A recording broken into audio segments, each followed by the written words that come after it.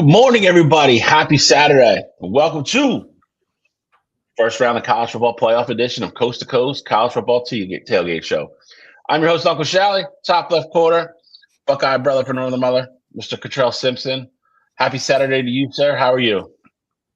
No complaints from me, man. No complaints from me. I get to relax. My team's on a bye this week. Get to enjoy a bunch of college football games pretty much stress-free today. So it's always a good Saturday when you can enjoy them stress-free in my book. Don't disagree with that. Last but not least, top right corner, Mr. I Black Alex Elmore. He does not have a bye this week, but he is in the college football playoff. So there is that. Some would say it's a bye anyway, but we'll get to that in a little bit. Mr. X Pac 12, Mr. West Coast, Mr. Alex Elmore. How are you, sir? I'm good. It's been an absolute monsoon in Oregon this last week. We've had school canceled. We've had a 2-hour delay. We've had flooding. But luckily, as the saying goes, it never rains at Autzen Stadium. And it looks like the huge amount of rain forecasted for today has been pushed off till tomorrow. So it looks like we might actually have a chance of having a dry game this evening. So I'm pumped. Say JMU may not be a Power 4 conference team, but we got to show them respect. They've had success. They've earned their right to be here. I'm just excited to see what the Ducks kind of bring out, and I'm excited to hear. Last night I heard how loud Oklahoma's fans were getting at certain parts of the game, and I can't wait to hear how loud Autzen gets tonight. So I'm pumped. We're going to jump into that pretty quick here. Norman was rocking last night. The team was not, but we're going to go over last night's game. Obviously, we're going to preview the 3 games today. Still breaking the huddle, plenty of news, all that good stuff to go over. Got to recap the Heisman Trophy presentation. So we're going to jump right into it because, again, we still have plenty to talk about. We don't want to go over time because the games we do have live college football today. So we got to get rolling. So, Mr. Elmore, as always, take it away, sir. Shotgun, DC right, flip 90, dig, on the center, ready? All right, so welcome to another edition of Break the Huddle, again, where we kind of recap all the weekly news from the college football world this last week. Not crazy lot of news today, but obviously the biggest news was last night's game, the opening game of the college football playoff round, where we had Alabama heading to Oklahoma for a rematch where Oklahoma won earlier in the season. But this time, this matchup actually mattered to see who would go forward in the college football playoff. Guys, I think it was a great start to the college football playoff.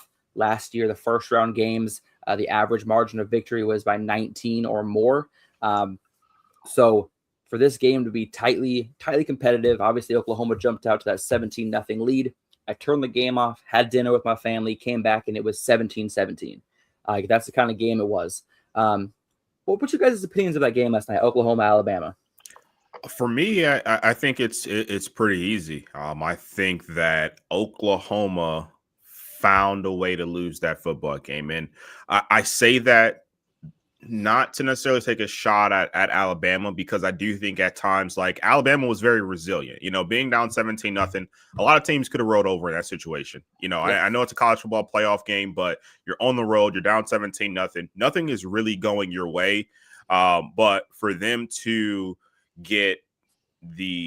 capitalize off of the Oklahoma mistake on the punt, where the punter literally just drops the ball, and that gives Bama a great field position, and then get the pick 6. Like, that really turned the course of the game. And in my mind, those are 2 things that are 100% on Oklahoma side, because even the pick 6, like, it wasn't like Bama disguised some crazy coverage. It was very much a miscommunication.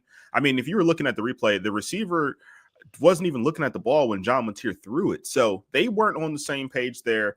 And so I feel like those are 2 easily avoidable situations where you're taking off 14 points on the board for Bama. Now, of course, I know football doesn't work that way and things like that, but, like, to me, I think that's more Oklahoma shooting themselves in the foot as opposed to Alabama, taking the game by storm and things like that. Now, with that said, though, again, I do want to give a lot of credit to Alabama. Their offense had looked awful the last 4 weeks of the football season. And in this, towards the end of that second quarter, and then, going into that second half, they found a way to move the ball on offense. And to me, I think the biggest thing that I noticed was that Ryan Williams was not a part of the offense when they were moving the ball downfield.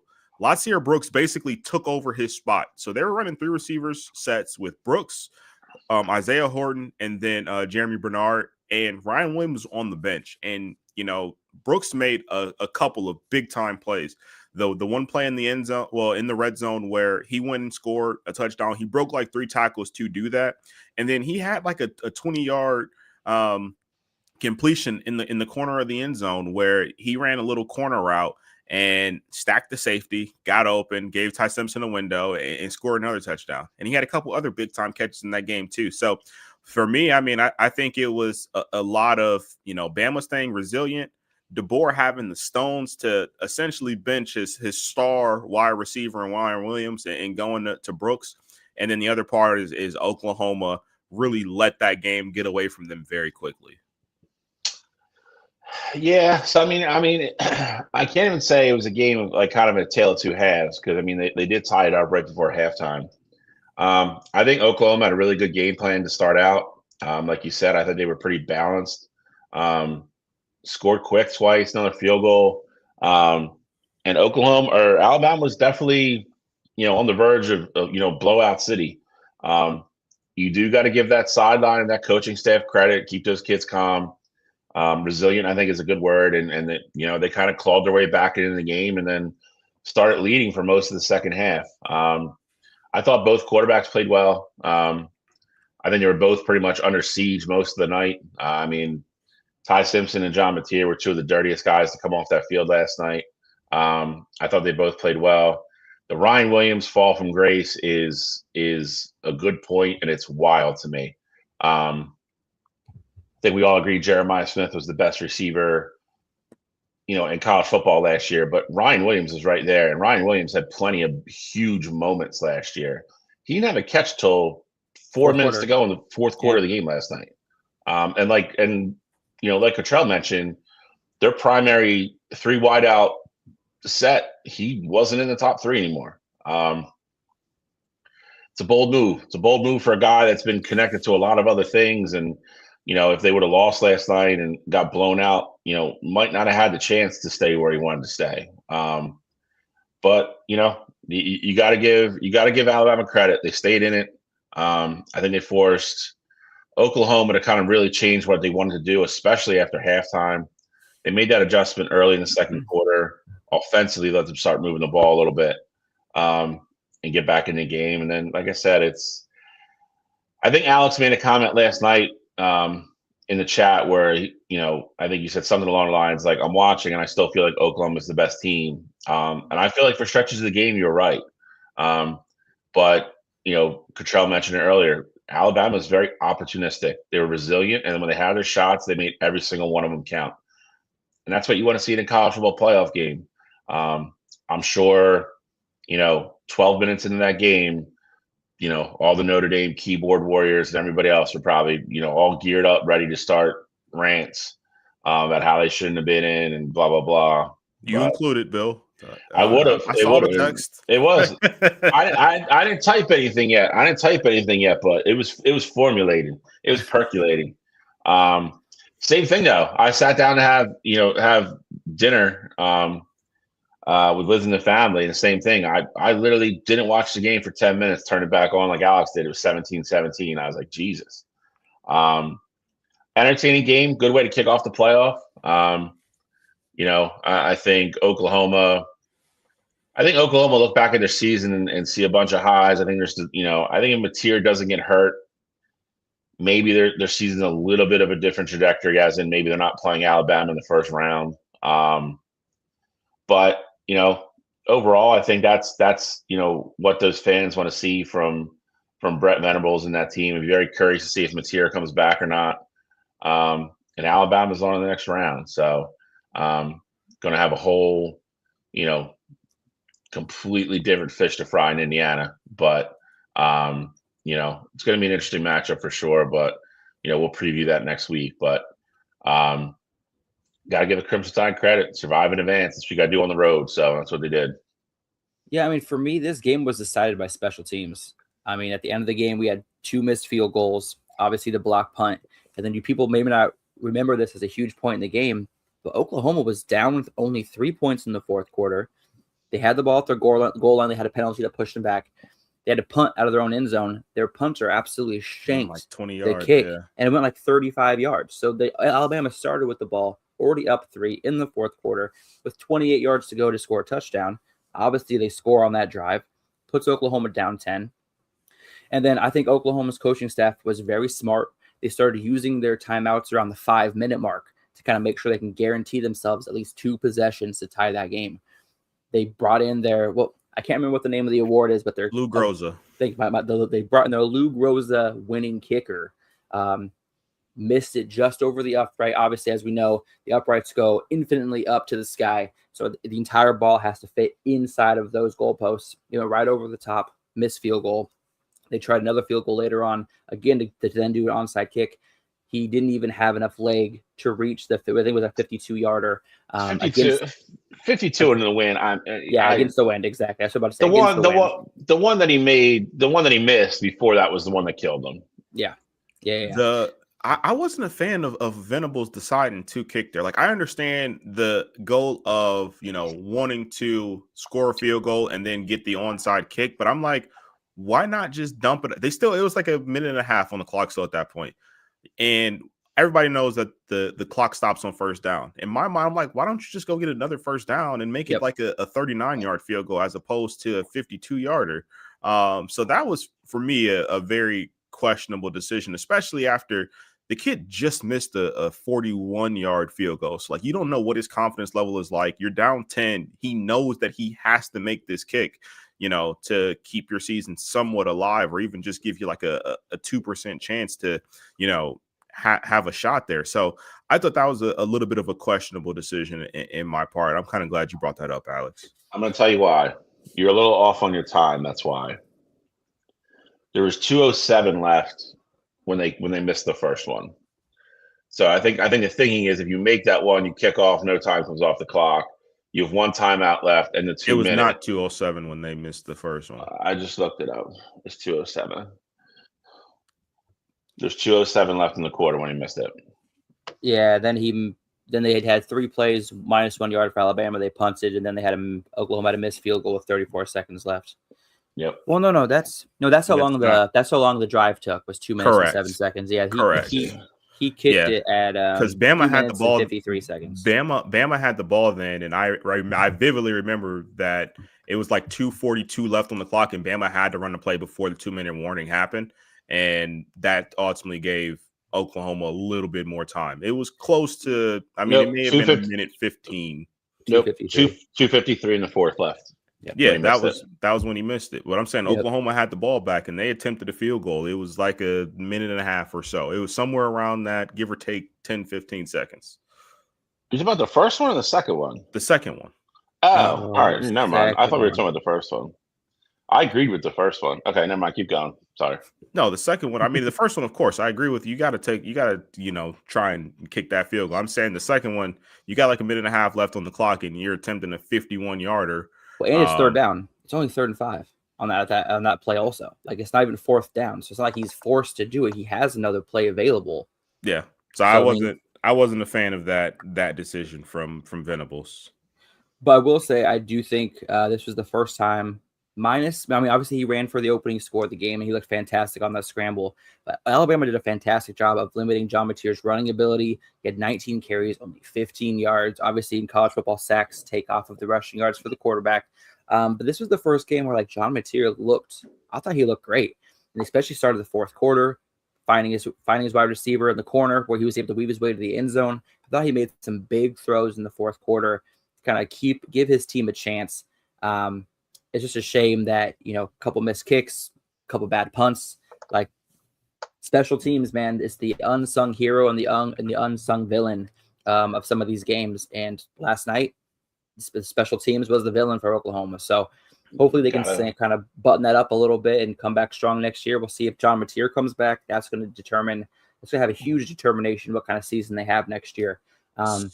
So I saw a stat about Oklahoma, and I believe that was they are now tied for the most losses in college football playoff history, and they are tied with Alabama and Ohio State.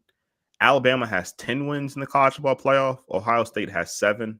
Oklahoma is at 0 wins in the college football playoff. Yikes, I Rangy. think about all of the good teams that have made the playoff from Oklahoma, and typically I'd say Oklahoma's like a 3 or a 4. In this case, they were the 8, but they were the home team. But I just think it's kind of wild that as good as these Oklahoma teams have been, I mean, they've had multiple Heisman Trophy winners. Obviously, I'd say this season was kind of an anomaly in the sense of, no one really thought that Oklahoma will be a playoff team. Their win total was 6.5 games, like the over-under for it was 6.5 games. So, I mean, they really overachieved this year, but just kind of wild to kind of think about with Oklahoma not having a win in the college football playoff in the last 10 years. It's actually kind of funny you say that because the last time a college football playoff team gave up a 17-point lead was actually also Oklahoma. I can't remember what year it was, but they were also up 17, and last time they were in, and they lost the game as well. So Oklahoma's got to figure something out. The fans deserve a little bit better. But before this week, a lot of the big debate from the week was, does Alabama even deserve to get into the college football playoff? Obviously, a lot of Notre Dame talking heads were talking about how they should have been in over Alabama after Alabama got boat raced in the SEC championship game. And then Nick Saban, obviously, he's going to be someone that's going to obviously push why Alabama should be there. And he said it himself. Would we allow the winner, and I hate this comparison, would we allow the winner of the AAA Baseball League in the World Series playoffs? That's the equivalent of what we do with JMU, essentially Tulane, and allowing them into the college football playoff. Obviously, Alabama showed last night that they belong. They deserve to be here. What's y'all's opinion on Nick Saban really kind of attacking these non-power schools? I got 2 opinions on it, and one, the equivalent is insane because all of these schools are FBS schools. They're all in the same division. If you want to make the comparison, it would be like saying South Dakota State would be going into the playoff, or North Dakota State would be going to the playoffs because they're FCS. AAA and the MLB are 2 completely different entities because they aren't all Major League Baseball players like at that point. So I hate that comparison to begin with. The other component of that is we might as well say the same thing with the college basketball side then. Let's say UMBC doesn't deserve to be in the March Madness tournament because they're in this weak conference and there's no way that they'd ever beat a school like Purdue, but we saw it happen. With college football, I think it's the same thing too, because we saw a team make it to the national championship last year in Notre Dame. Let's not forget they lost to Northern Illinois, and Northern Illinois wasn't even the best team in the MAC last year. So this is football. It can happen really any given Saturday. And if these teams win their conference and, they are in that top whatever as far as seeding goes, then they deserve to make it. Let's not act like, Tulane and JMU aren't just here because they get this automatic spot. It's also because the ACC shit the bed this year. It's because Clemson didn't take care of their business and Florida State didn't take care of their business. And ultimately, Virginia didn't win the ACC tournament when they had the opportunity to do so against the 5-loss Duke team. So it's not just, the NCAA is just handing out these charity tickets for making the college football playoff. These schools ultimately deserve to be there. And if you're upset about it, then win your conference. You want Notre Dame to be in. You don't think they deserve to be left out. Tell them to go join a conference and go win it. And you're not going to be in this position. So for me, I think it's very Saban. I get it. He was the coach at Bama. He probably wants all the powerhouses to always get in. I 100% understand that. But I just think this is something that is a horrible argument here because, again, we've seen small teams beat big teams before, and everyone has the equal opportunity. All you got to do is go win your conference, and you're guaranteed a spot in. These group of five schools aren't going to be stealing at-large bids 9 times out of 10. So all you got to do is go win or just not lose and have them ahead of you in the polls throughout the season. JMU wasn't even ranked for a large portion of this, so they're really a forgotten about story. They're only here because Virginia didn't take care of their business. Yeah, so I mean, I think we have to look at this. This isn't the norm, just like Cottrell just said. These are the rules and the guidelines that all the conferences and the 2 independents and Notre Dame and Connecticut agreed upon when we started the expansion to 12 teams.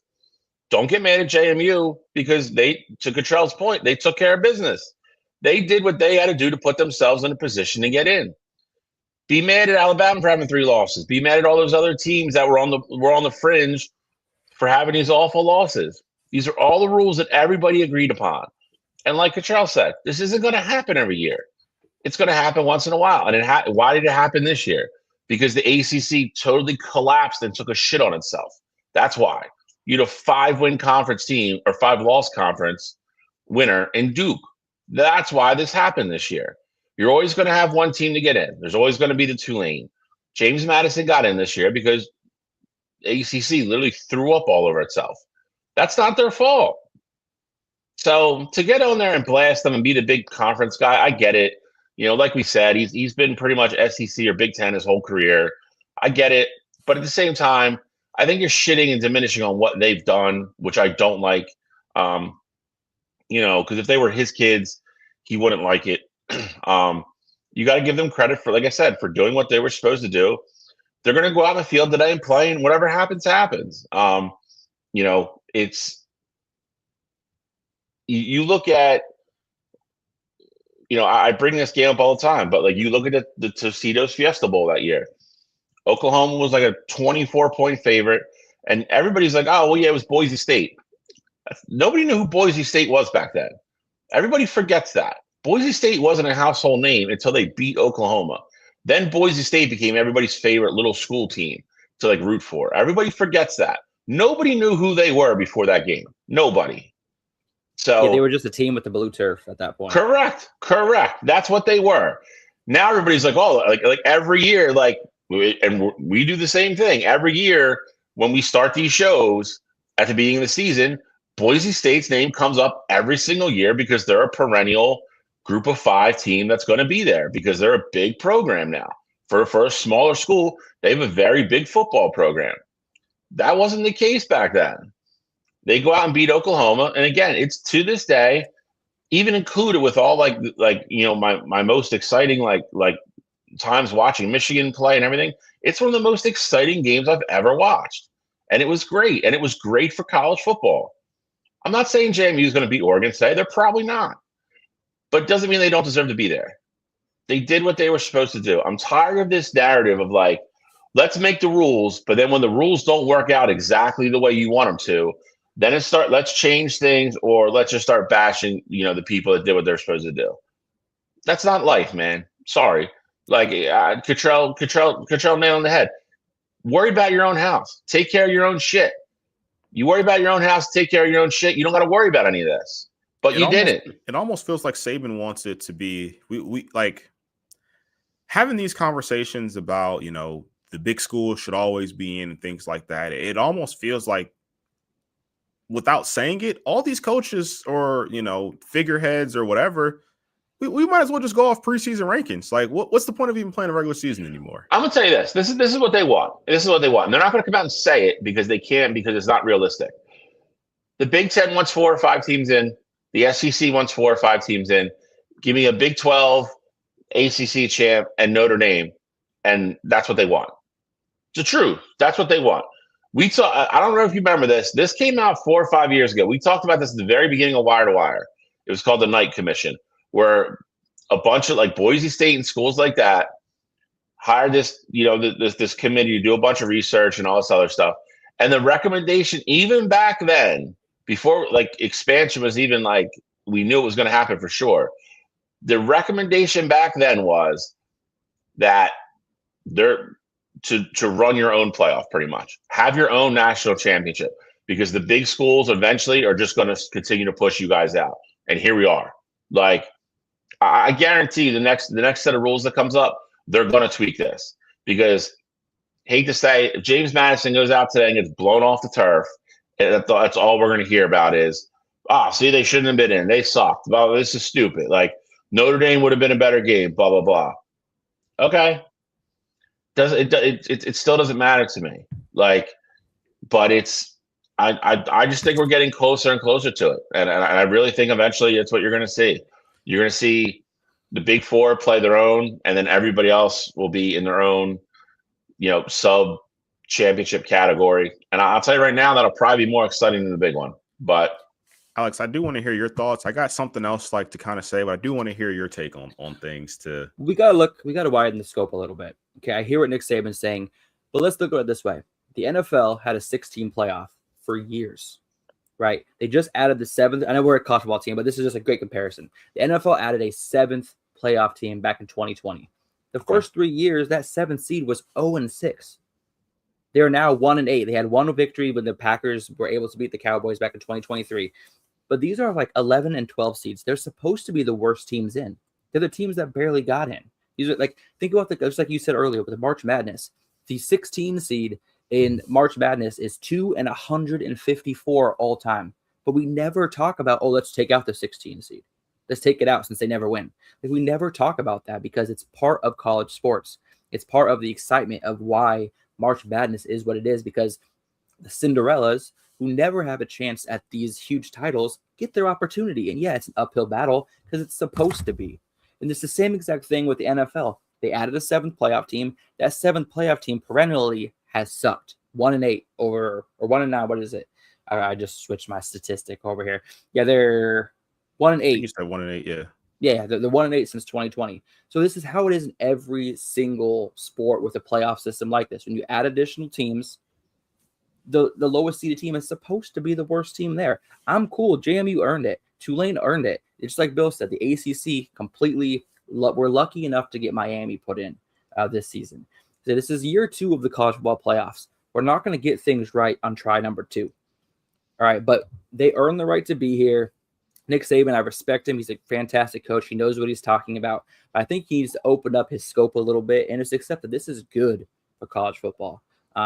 So just as a comparison, other sports have done this where they've let teams that wouldn't have previously been in the playoff in, and they haven't had great records. But then that one win is what makes it all worthwhile.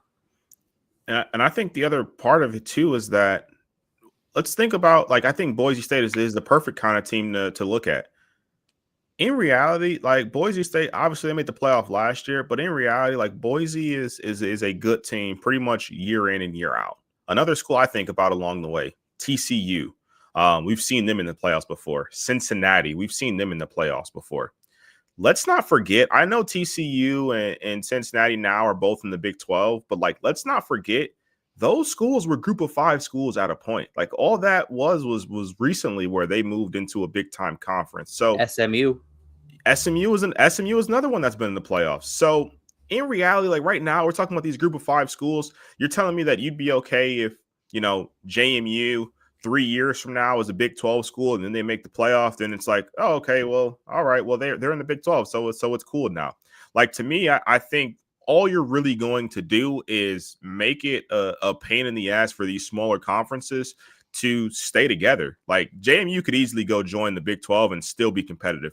They've lost their coach every year for the last 3 years, and they're in the college football playoff now. Like, let's not forget, Kirk Cignetti was the coach at JMU, and he's already taken over that Indiana team. And, like, obviously we see the success they're having, and they just lost their coach this year as well. I think their coach is going to UCLA, if I'm not mistaken, but they lost their coach to another big time program this year. He will be coaching them in the playoff, though. But my point being is that just because these schools now are a group of 5 schools, you're telling me that if they have the same success in a couple years from now and they go and make the playoff, you're saying it's completely okay now? Like, I'm just not buying that, because, like, right now it doesn't sound crazy to say, oh yeah, well, TCU was in the playoffs, a couple years ago, or Cincinnati was in the playoffs a couple years ago, because now we think of them as Big 12 schools, but in reality, they were these group of 5 schools, and even when Cincinnati made the playoffs, they weren't a Power 4 school. That was before they were in the Big 12. So I just think that all we're looking at in reality is the optics of it, and not what these kids are doing on the field. I agree. I agree as well, but only time will tell. Obviously, we have 2 matchups today. Well, actually 3 matchups, but JMU plays Oregon. Tulane gets that rematch against Ole Miss.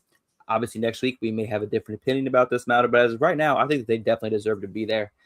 It kind of sucks. It kind of sucks right now, though, because I want to root for James Madison. I don't want you to lose quite yet, Alex. Like until you play us, like I want you to enjoy the playoff as much as possible. We'll And then never play you because you're losing. On the flip side of it too, like with Tulane, like I want to root for Tulane, but I kind of want to root for Ole Miss more because of Lane Kiffin leaving them.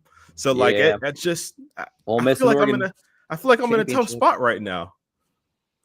No, I'm sure you feel that way because you want the failure of your co-host, but you want the success of an underclass team, but you also want to be the one to give me my failure. So I get it. I get your conundrum. I'd rather play Indiana personally, but I mean, beating you guys again in the playoff, I'd be scared of Oregon too. Anyway, next up we have big names entering the transfer portal, and guys, I think this may be the biggest transfer portal year as far as implications and for next season that we've had. And maybe you can tell me wrong because the portal, like I said, just opened up. We got Bo Prabula in there. We got Drew Mestemaker from North Texas, who led the league in passing yards this season. Dylan Raiola from Nebraska, he's in the portal. Brandon Sorsby from Cincinnati that you just mentioned. Michigan State's QB Aiden Childs, maybe not the most sought after name, but he was a huge recruit back when Oregon State had recruited him, then transferred to Michigan State. We got DJ Lagway in the portal. CJ Baxter, running back from Texas. I mean, we have so many huge names. Dylan Edwards from Kansas State. Could this be one of the biggest? Coleman. Yeah, I said there's a bunch of names I'm not listing. I could go through the whole list. I'll be reading for like an hour. But like, could this be the biggest, most impactful transfer portal season we've seen? Absolutely. I mean, I think it's Bill's face.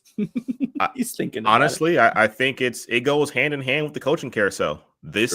I would say this is arguably the craziest list of job openings in the history of college football.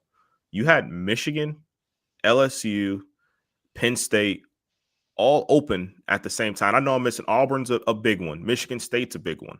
Like you've had all these schools, and I'm sure I'm just off the top of my head missing a couple Florida there as well. Exactly. Florida is another big one. So like you had all these big time job openings, probably the most top 25 jobs like open ever at one time, like in the same season. So I do think those go hand in hand. And a lot of these players, while NIL is always the talking point about, why players decide to go to their schools, I also think the relationship that they have with their coaches is a big time selling point there as well, because while of course making money in college is a big thing, I also think they want to focus on trying to get to the NFL, especially in the case of a lot of these kids that, you kind of just listed already.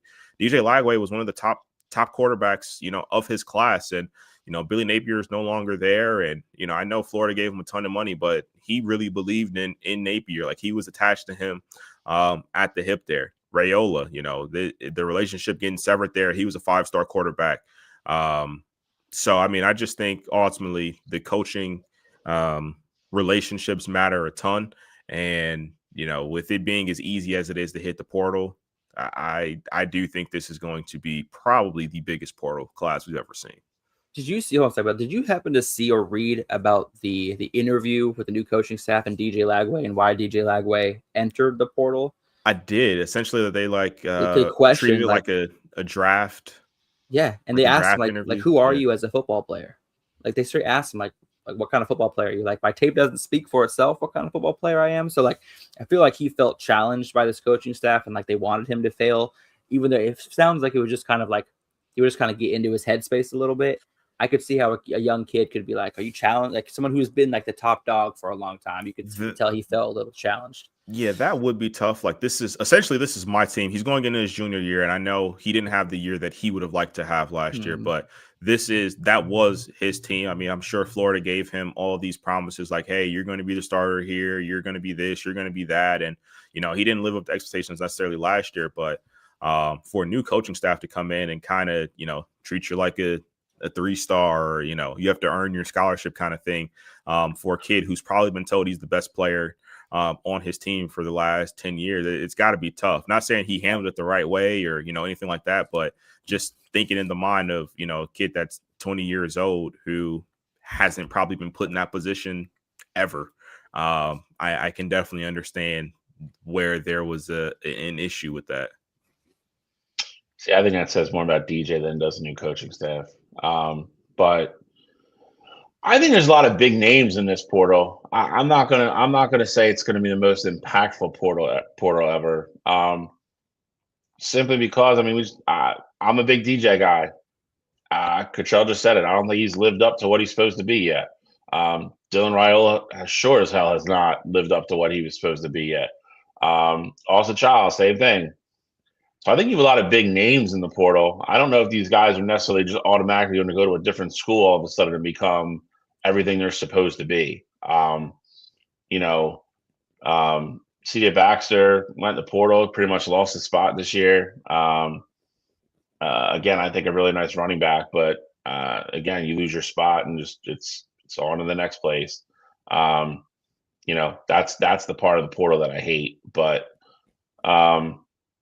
yeah, I mean, I think this is going to be a really fun portal because so many names in it are very relatable. I mean, even a casual, college football fan will know most of these names. But again, I don't think there's any guarantee all these guys land on new campuses with new teams and all become the 5-star superstars they were supposed to be. I mean, we didn't even mention Sam Levitt. There's a couple other guys too that are in there. So it's a lot, but it's definitely going to be fun. It's definitely going to be fun because there's going to be a lot of fanfare for a lot of these kids when they choose new teams. But there's some of them already that I would stay away from. So, Bill, I think my counter to that would be, well, one, with let's say DJ Lagway, for example. We all knew Billy Napier couldn't coach 2 years ago. Like our first year doing the show on Coast to Coast, we were talking about how Billy Napier was basically on borrowed time there. So, I mean, I think DJ just going to someone with, a semblance of an offensive mind will do him a lot of justice there. But also, not even just that, but I think, looking at some of these schools where the openings are going to be prevalent, like Indiana's losing their starting quarterback, this year. Oregon potentially is losing their starting quarterback, Sam Levitt's coming to town.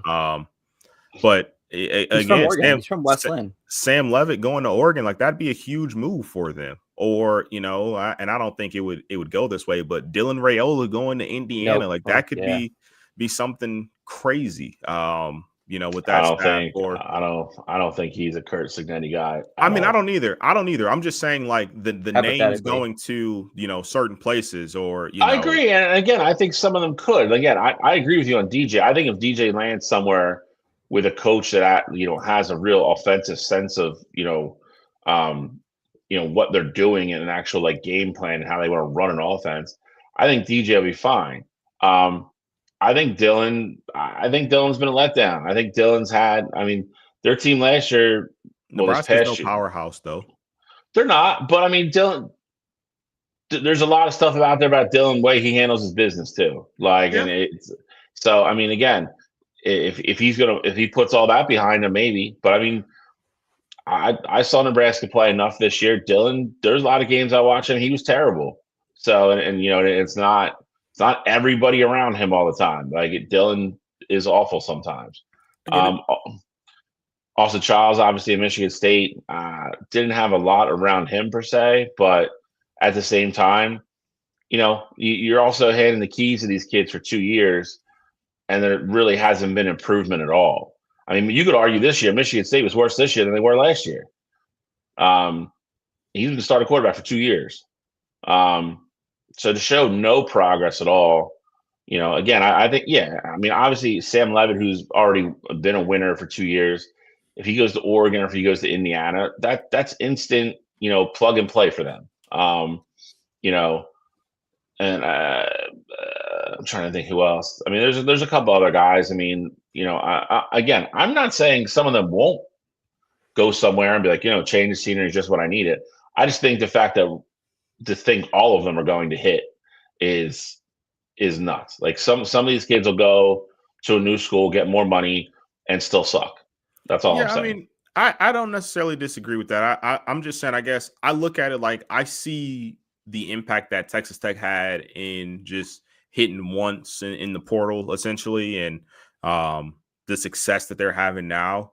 And I just think there's a ton of players with talent, and I don't necessarily think all of them are going to hit. I'm with you on that, but I look at Vanderbilt where they struck gold and getting Pavia from the portal. I look at Indiana, who seemingly, doesn't recruit high school quarterbacks anymore. They just go strictly off the portal.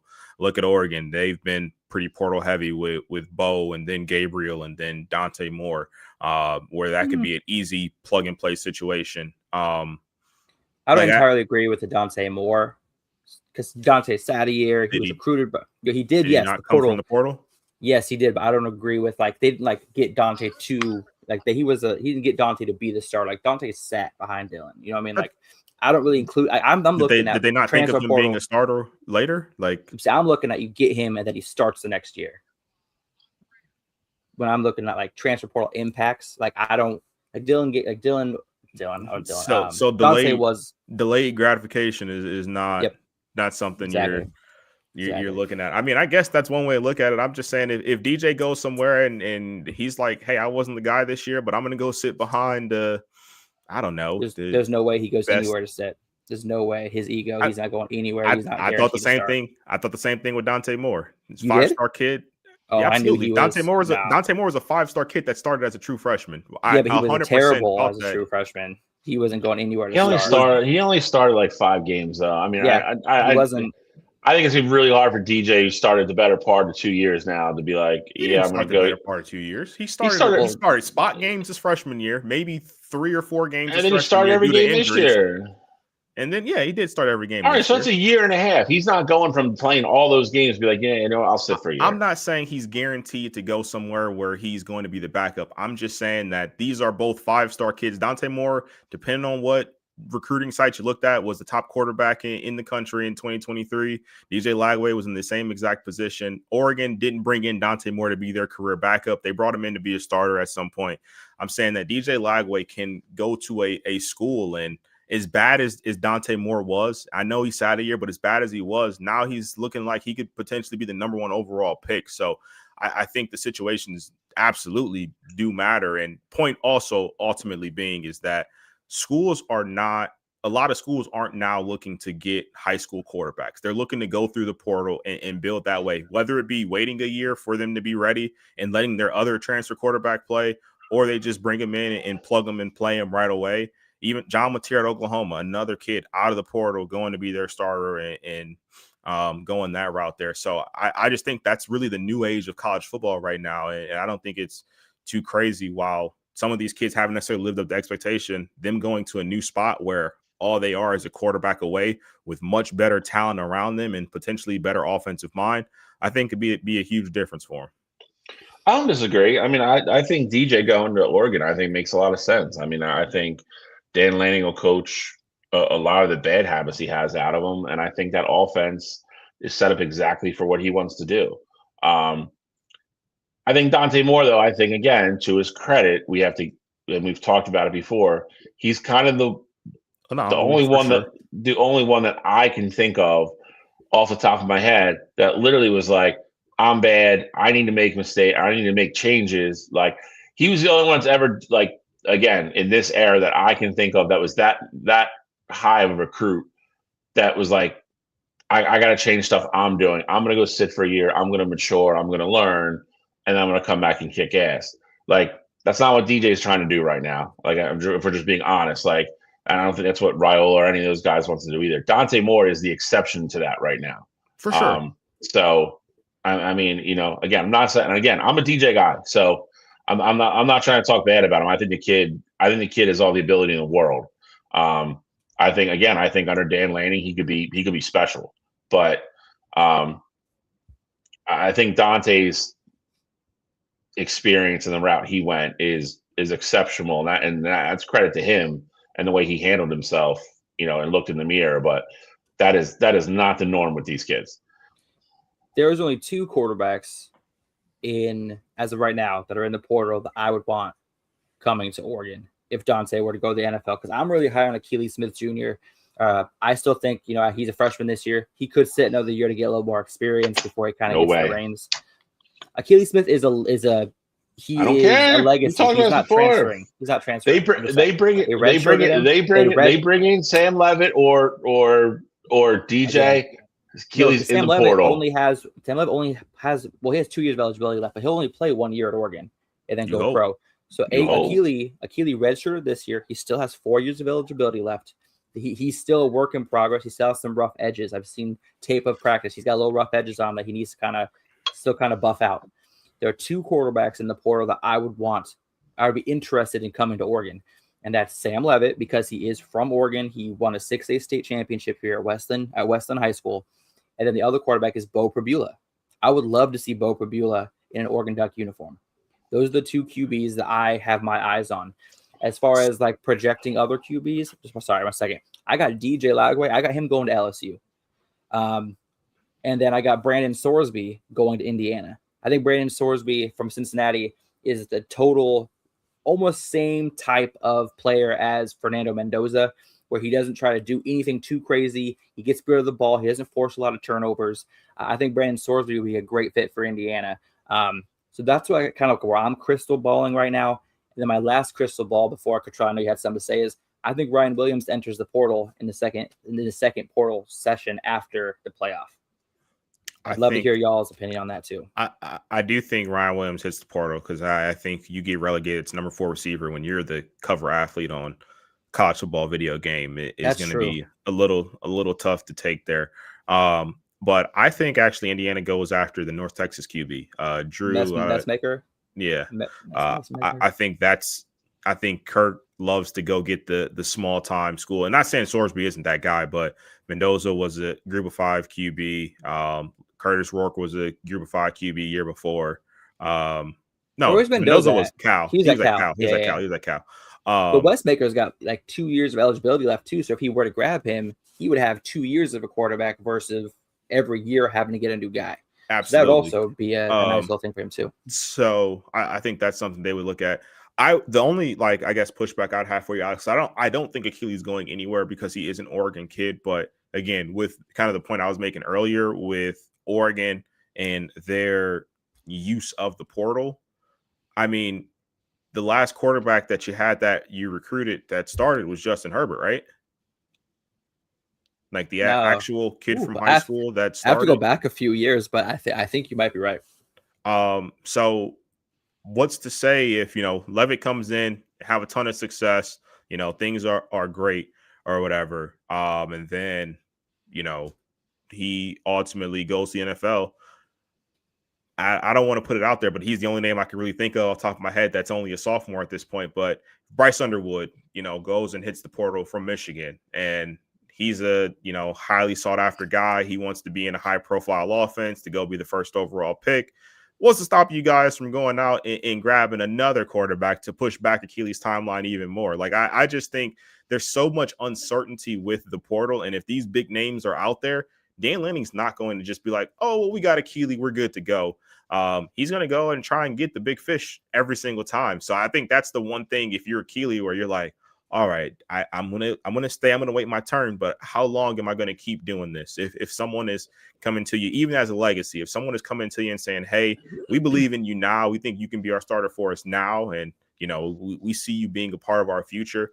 I just think that's where it starts to get interesting. And I know you said there's another quarterback already going to Kentucky, but of course, with Will Stein going to Kentucky, I mean that would be one Austin where I'm like, maybe down the line, that's something that could potentially make sense, or just some sort of Oregon connection or whatever the case may be. I just think you're asking Keely at that point. So then best case scenario would be a 20-year-old redshirt freshman that hasn't started a game yet until that season. And I just don't think he's going to do that. Especially if you bring in Levitt or DJ, you have a guy there that is playing at least one, maybe two. So, and again, it's not a shot against you guys. It's worked out well for you. Absolutely. But that to Cottrell's other point, there's a lot of coaches now that are like, you know what, I'll take the kid in the portal after he's been somewhere not as good for a year or two, learned, and now I can just bring him up here. Alex, to use your word, polish him up a little bit, surround him by 5-star kids, in the backfield on the edges and a great offensive line, and make him a good quarterback in our system. And I'll go that way. Like, Signetti's 2 for 2. You guys are like 4 for 4. Like it's that's what Lanning wants to do. So again, I just think you're asking a lot for that kid to sit there and be like, you know what, maybe you'll start as a 20-year-old for your first season. There's too many teams out there that'll call him and be like, yo, you can come play right now. I just think it's going to be impossible for Lanning to keep him. Cottrell, any closing comments on transfer portal? No, I mean, I think the only other interesting part will be to obviously last year we saw that Bo Perillo being one of the big time names that hit the portal before the college football playoff season even started for a team that was in the college football playoff. But I'm just going to be very curious to see, you know, as we start rolling through here, what players decide to hit the portal. Brian Williams, of course, being the biggest one, and I feel like the most obvious one. But, you know, just who decides to hit the portal and, you know, where we go from there once players that are in the playoffs start to hit the portal or declare, or because I mean, you know, once players start declaring as well, that's going to open up spots. And, you know, let's say I'm trying to think of someone who could potentially, Dante Moore being the big time one. Like Oregon wouldn't be in the QB market if Dante Moore says I'm coming back to school. But if he goes, then of course you're going to be linked to, you know, QBs in the portal. So I mean, just stuff like that, seeing how it all shakes out and kind of just going from there. Well, I think it kind of had a perfect segue. I know you had brought up Bryce Underwood. Bill, I'm going to put you a little bit on the spot in this next segment. I did give you a little bit of a heads up, but not much. This segment's called Bill's Coaching Wishlist. Obviously, Underwood, he's a huge recruit, great quarterback for you guys. It's kind of up in the air as far as what he's going to do with his future. Obviously, we just heard the news this morning. Arizona State extending their, what was the deal? Was it like $27 million? It was up a second ago. It's like 7.5 guaranteed, I think. Something like Yeah, that. His new contract will be 7.5. Yep. A year. Yep. So Arizona State has officially signed Kenny Dillingham. I know you were really hoping that Kenny Dillingham would make his way to Ann Arbor. But now that he's kind of off the board, Bill, who's on your coaching wish list? I don't have one because I'm going to tell you why. Anybody you bring in now at this point, unless they pull a rabbit out of the hat and they go offer Kurt Signetti $15 million a year or something crazy like that, minus something like that happening, they're going to bring somebody in who is probably just as good as Sherrod Moore was. That's where you're at. When this shit happened and it's that late in the cycle, and this goes back to Ward Manual for me. You can't sit here and argue with the board and then be like, you know what? Well, now we're going to hire a firm. Like you really only had two big names out there that probably make your fan base happy. And one of them I don't think was really attainable anyway. I never really thought Kellen DeBoer was leaving. I think if they would have lost last night and got boat raced, maybe if they go get stomped by Indiana 42-0 next week, maybe. But I doubt it. I doubt he leaves now. Dillingham was the guy. The fan base wanted. Dillingham apparently, when it was kind of broke that they were talking to him and it was close, a bunch of the players started following him. Apparently, people that were close to a lot of the players were really excited to get a young coach with that type of energy. Didn't get it done. Like, had to go through the search for him, had to do all this, blah, blah, blah. And that's all because of what's going on within the athletic department. Now he's gone. He's off the board.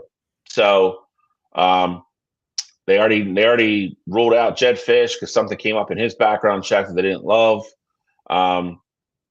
There's no again, unless they pull some big premier name out of their ass, there's no name left on that list that's gonna make anybody in Ann Arbor super excited.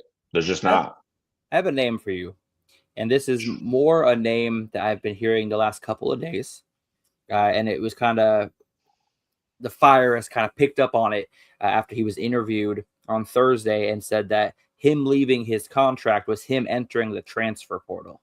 And that is going to be Utah's Kyle Whittingham. He's still interested in coaching. He's at 177 and 88 mark in 22 seasons at Utah, 10-2 this last year. Obviously, we saw what he could do. He won multiple Pac-12 championships with an elite defense. What would you think if Kyle Whittingham from Utah were to take over that Michigan program? His name is starting to come up a little more and more in the undertows. Listen, I like Kyle Whittingham. Always have. I think he's one of those guys that overachieves with what he has. I wouldn't be mad if they hired him. I'll tell you, I would take him over a lot of the other people on the list because I think he's a more proven track record. We have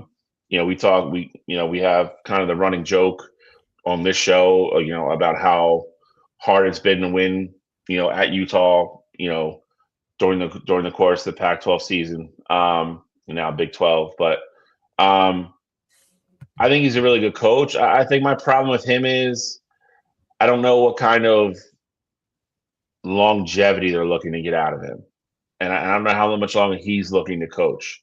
Because again, I don't know what he wasn't happy about with the Utah, because his name had come up in numerous coaching searches before. It came up in the Florida job when they hired Billy Napier.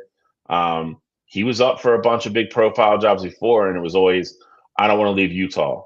So now just to retire from Utah, but then make that statement, like, I still want to coach, like, it's a little wishy-washy for me. And I like the guy. So again, Michigan's a different boat than Utah is. Don't get me wrong. But at the same time, the commitment level to it, I mean, they don't want to go through this again in 3 years. And that is, I think, what a part of was just another box that Kenny Dillingham checked. It was, hey, here's a 37-year-old guy that could probably coach here for, the next 20 years. Exactly. So, and be the guy. So I don't know. He might be the best of what's out there, what's left. But again, I mean, the way this all shook out, and again, that and to that aspect, that's nobody's fault at the university that Sherrone Moore just ended up being a piece of shit. Like, that's, that can't be put at anybody's feet. But at the same time, when it became evident that was what was going to happen, like, this all should have happened a lot faster. Like, if Kenny really was their guy, like, it should have been get the kid on the plane and get him here and give him a blank check and say, fill out the freaking number and let's go. Like, if that's really what you want to do, because they have the ability to do that. They're one of the schools that has the absolute ability to say, name your number. If we're really all in on this guy, then let's go. I don't know how Kellen DeBoer stayed at the top of that list, because I think if you're arguing nuts and bolts, Alabama to Michigan's a lateral move. Like, it wasn't. You're not asking him to leave, like, when he was still at Washington, where Michigan's definitely a better job. So, like, I always thought Kellen DeBoer was a pipe dream. So, and I honestly, if you gave me the choice between the two, I'd still want Dillingham. So it just goes to Ward Manuel again, though, just dropping the ball. Like, just the list of shit that's gone on in that athletic department for the last 10 years, and the amount of great coaches that have left that school over stupid stuff or over money that he didn't want to give them. It's all led us to here. I'll be quite honest, if they are going to replace him, then I don't want him to have any hand in hiring the new coach, if I'm being honest. And so at this point, I don't know what the difference is in really slowing it down. If you can't get Dillingham, the board's off the board. Again, unless you're going to pull a rabbit out of your hat and go get Signetti or go get Marcus Freeman or somebody like that I don't think are available. I don't want Warren Manuel involved in the situation, in the process. I really don't.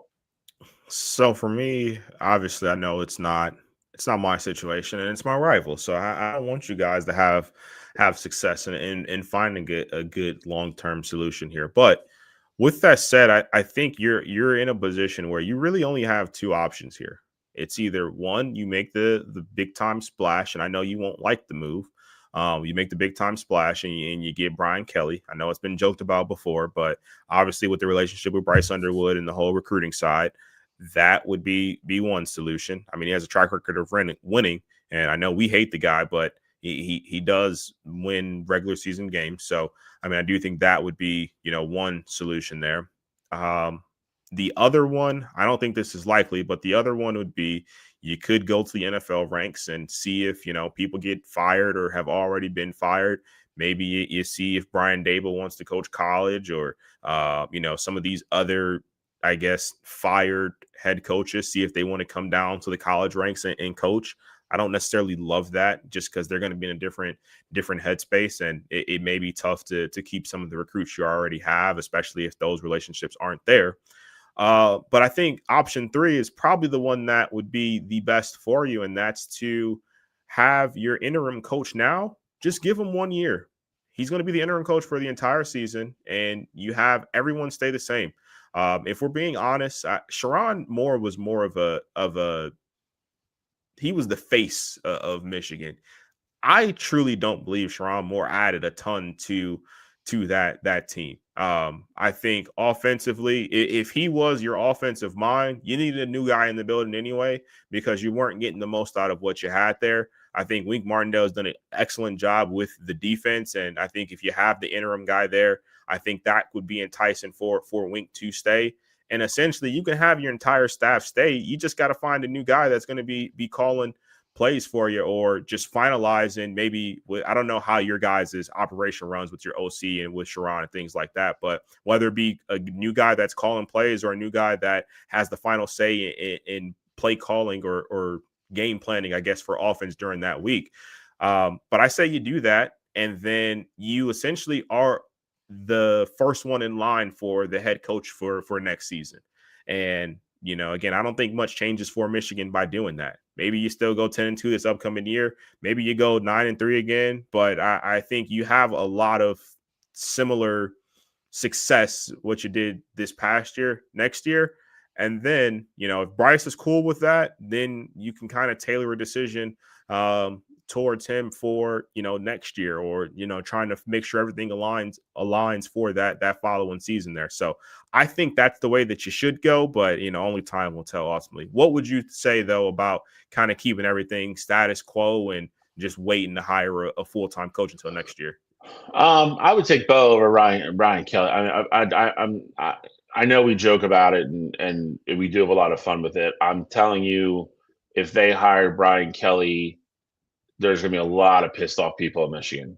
And I'm talking about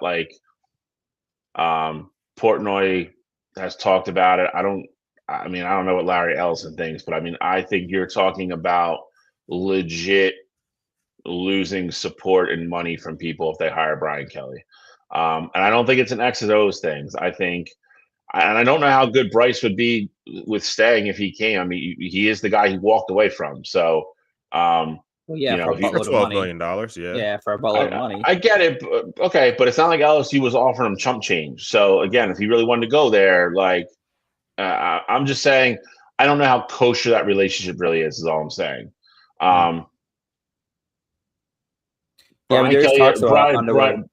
Brian Kelly had a bad year, and let's not forget about the other stuff that's happened this year with Brian Kelly. I just don't think, you know, we've talked about it, you know, kids getting hurt, never hear from him again. It's all that stuff that's out there, that stuff's all going to come up in a background check if that's what they're doing with all these people.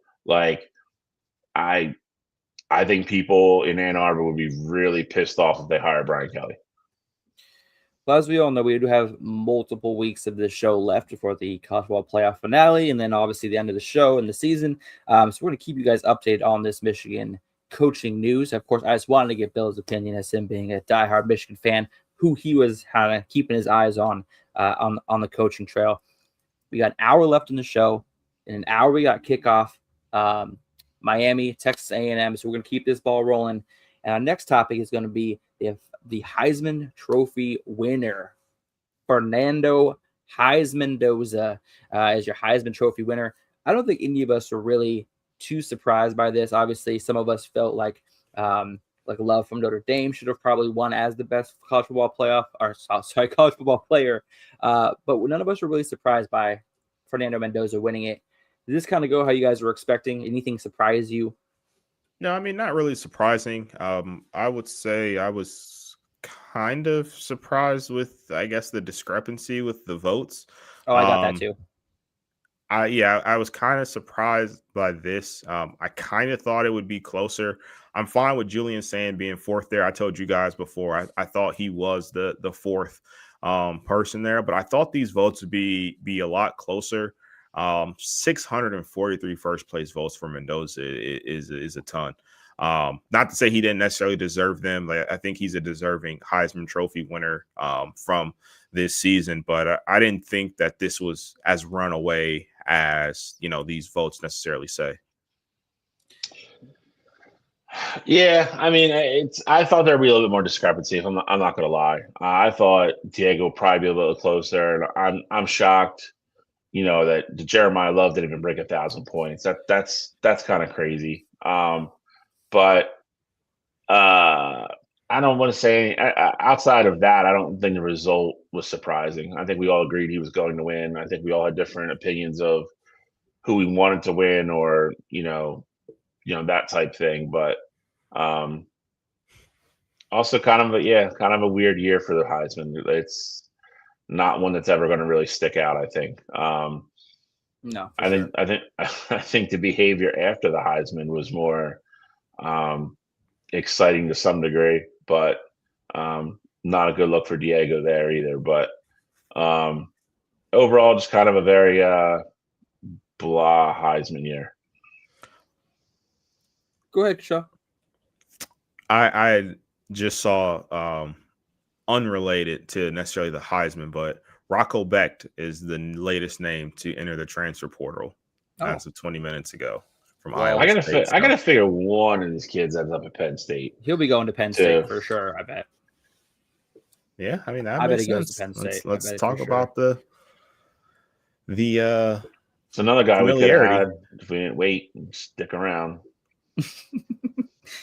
But no, I said the Heisman Trophy, obviously Fernando Mendoza won it. I mean, it's really hard to argue. Indiana's first undefeated season, first college football playoff berth, first Big Ten title, also set a record for most touchdown passes in Indiana State football history. Indiana football history. I think he had a great season. I think he, I mean, I would have loved to see somebody else win it that I think was a better athlete and more impactful on their team. I think that Indiana's success can really kind of be focused and centered around their coaching. I mean, truly, if you look at their history, their success began with Curt Cignetti. So maybe we should give Curt Cignetti the Heisman. I just think, though, ultimately, and I know it's not, we can't necessarily play the what if game, but if Mendoza's stats and he looks the exact same, like nothing changes, but let's say they actually lose the game to Penn State and they're a 10-2 football team, like I don't know if he's taking home the Heisman Trophy, which I hate. It's not his fault. Like I do want to give him credit for that. Like you have to account for game-winning drives and things like that. So I don't want to take that necessarily away from him. But we had this conversation, I remember vividly, a few years ago when Stetson Bennett was up for the Heisman, and a lot of people were saying, "Oh, Stetson Bennett should win the Heisman." I'm not saying Mendoza is Stetson Bennett, but best quarterback on the best team shouldn't always just kind of be defaulted to your Heisman Trophy winner. And I think it worked out for Fernando because this was more of a down year as a whole from college football players as far as like what their numbers look like. But I just hope that we're not starting to go down that route where it's just best quarterback, best team, and we just go from there. Bill, any closing statements on the Heisman Trophy? No, I agree with Cottrell. I do not want this to get like the NFL where you guys that should win MVP every single year, but they don't play the quarterback position, so they're not even up for it. MVP in the NFL has become exactly what Cottrell said. It's become the best quarterback on the best team with the best stats. Everybody else, you usually find the real MVP, in my opinion, whoever wins Offensive Player of the Year. So I do not want it to become that. So one thing I liked about the Heisman Trophy before, I mean, once in a blue moon, you'd have a defensive player win it. You could have wide receivers win it. You can have running backs win it. It needs to get to that. And again, I'm not saying this is a weird year, so I'm not going to get super critical about it. It just was. But as much as we all love Jeremiah Love, I think he probably has the worst stat. If he would have won it, it's probably the worst stats of any running back to ever win it. If he did. So yeah. Just a weird year, but so Cottrell makes a good point. I just hope it doesn't start to turn into that because I'll be pissed because I enjoy watching the Heisman and it's I think it matters more and it's always more intriguing to me than the NFL MVP. I really could care less who wins the NFL MVP. All right, and that's kind of wrapping up the Heisman Trophy. We have some previews to get into. Cottrell, go ahead. I was gonna just say real quick here. I know we didn't make like an official list for it. Do we want to give our like way too early Heismans this week, or do we want to give like a top 5 maybe next week? Like, how do you guys want to do that? Because I know we always kind of go the way too early route there. Again, I know it's kind of on the spot. We didn't really talk about it, but just curious of, if there's potentially somebody that comes to mind like right away for you guys, or if you just kind of want to wait till next week where we could put together kind of like a full list to really think about it. Yeah, I definitely would want to wait. I would like time to prep it. But I mean, Avery Johnson definitely on the list. Jesus Christ, John Mateer. John Mateer if he comes back. No, I mean, hey, Avery J, Kansas State coach retired, hasn't entered the portal. Just saying, Kansas. I don't know. No Dylan Edwards. Avery Johnson show's coming to town next year. Kansas State. 6-6 Kansas State. Hey, 7-5. 7. Cottrell, if you're not going to be there for our 6-6 season, don't be there for our 7-5 season. All right, don't do it. But no, I think next week would be perfect to have it. Before we get into previews, let's take a quick look at what the updated bracket looks like. Obviously, only one game has been played. Alabama taking that win over Oklahoma. And this is kind of what we're looking like. So, one thing that really bothers me is how much red is in the quarterfinals. Every team that so far clinched their spot is red.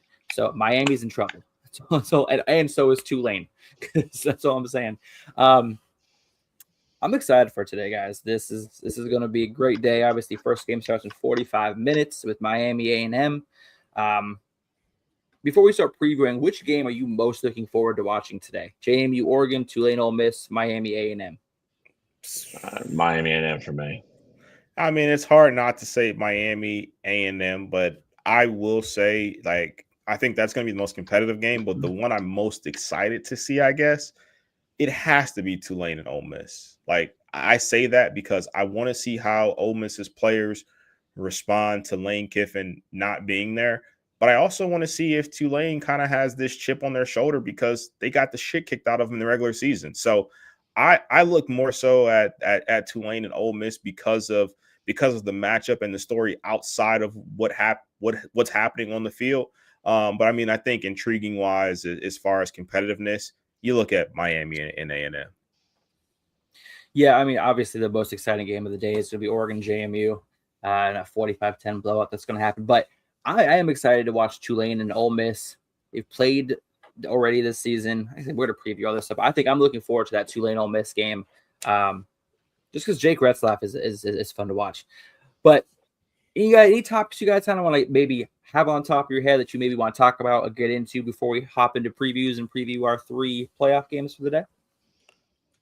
I don't have any because I think everything I want to say we're going to cover in preview. So yeah, I don't really think so. I guess the only thing is I was just looking at it today. The scheduling kind of sucks here for the playoff because we get these games this week and then we don't have action again until New Year's Eve. And I get it, New Year's Eve, New Year's Day are like big time college football games, but next Saturday we don't have any college football, games going on. And I just think that's I don't want to say a missed opportunity because again, I'm used to the games being on New Year's Eve and New Year's Day, but it feels like we're missing something. We're dropping the ball on a Saturday after Christmas where there's ample room to have that being played. And then we're having semifinal games played on Thursdays. You know what I mean? I just feel like we're missing something next Saturday. I don't know how we fix it, but just kind of something that I saw looking ahead to the schedule a little bit, man, we're going to have this weird 11-day break between college football games.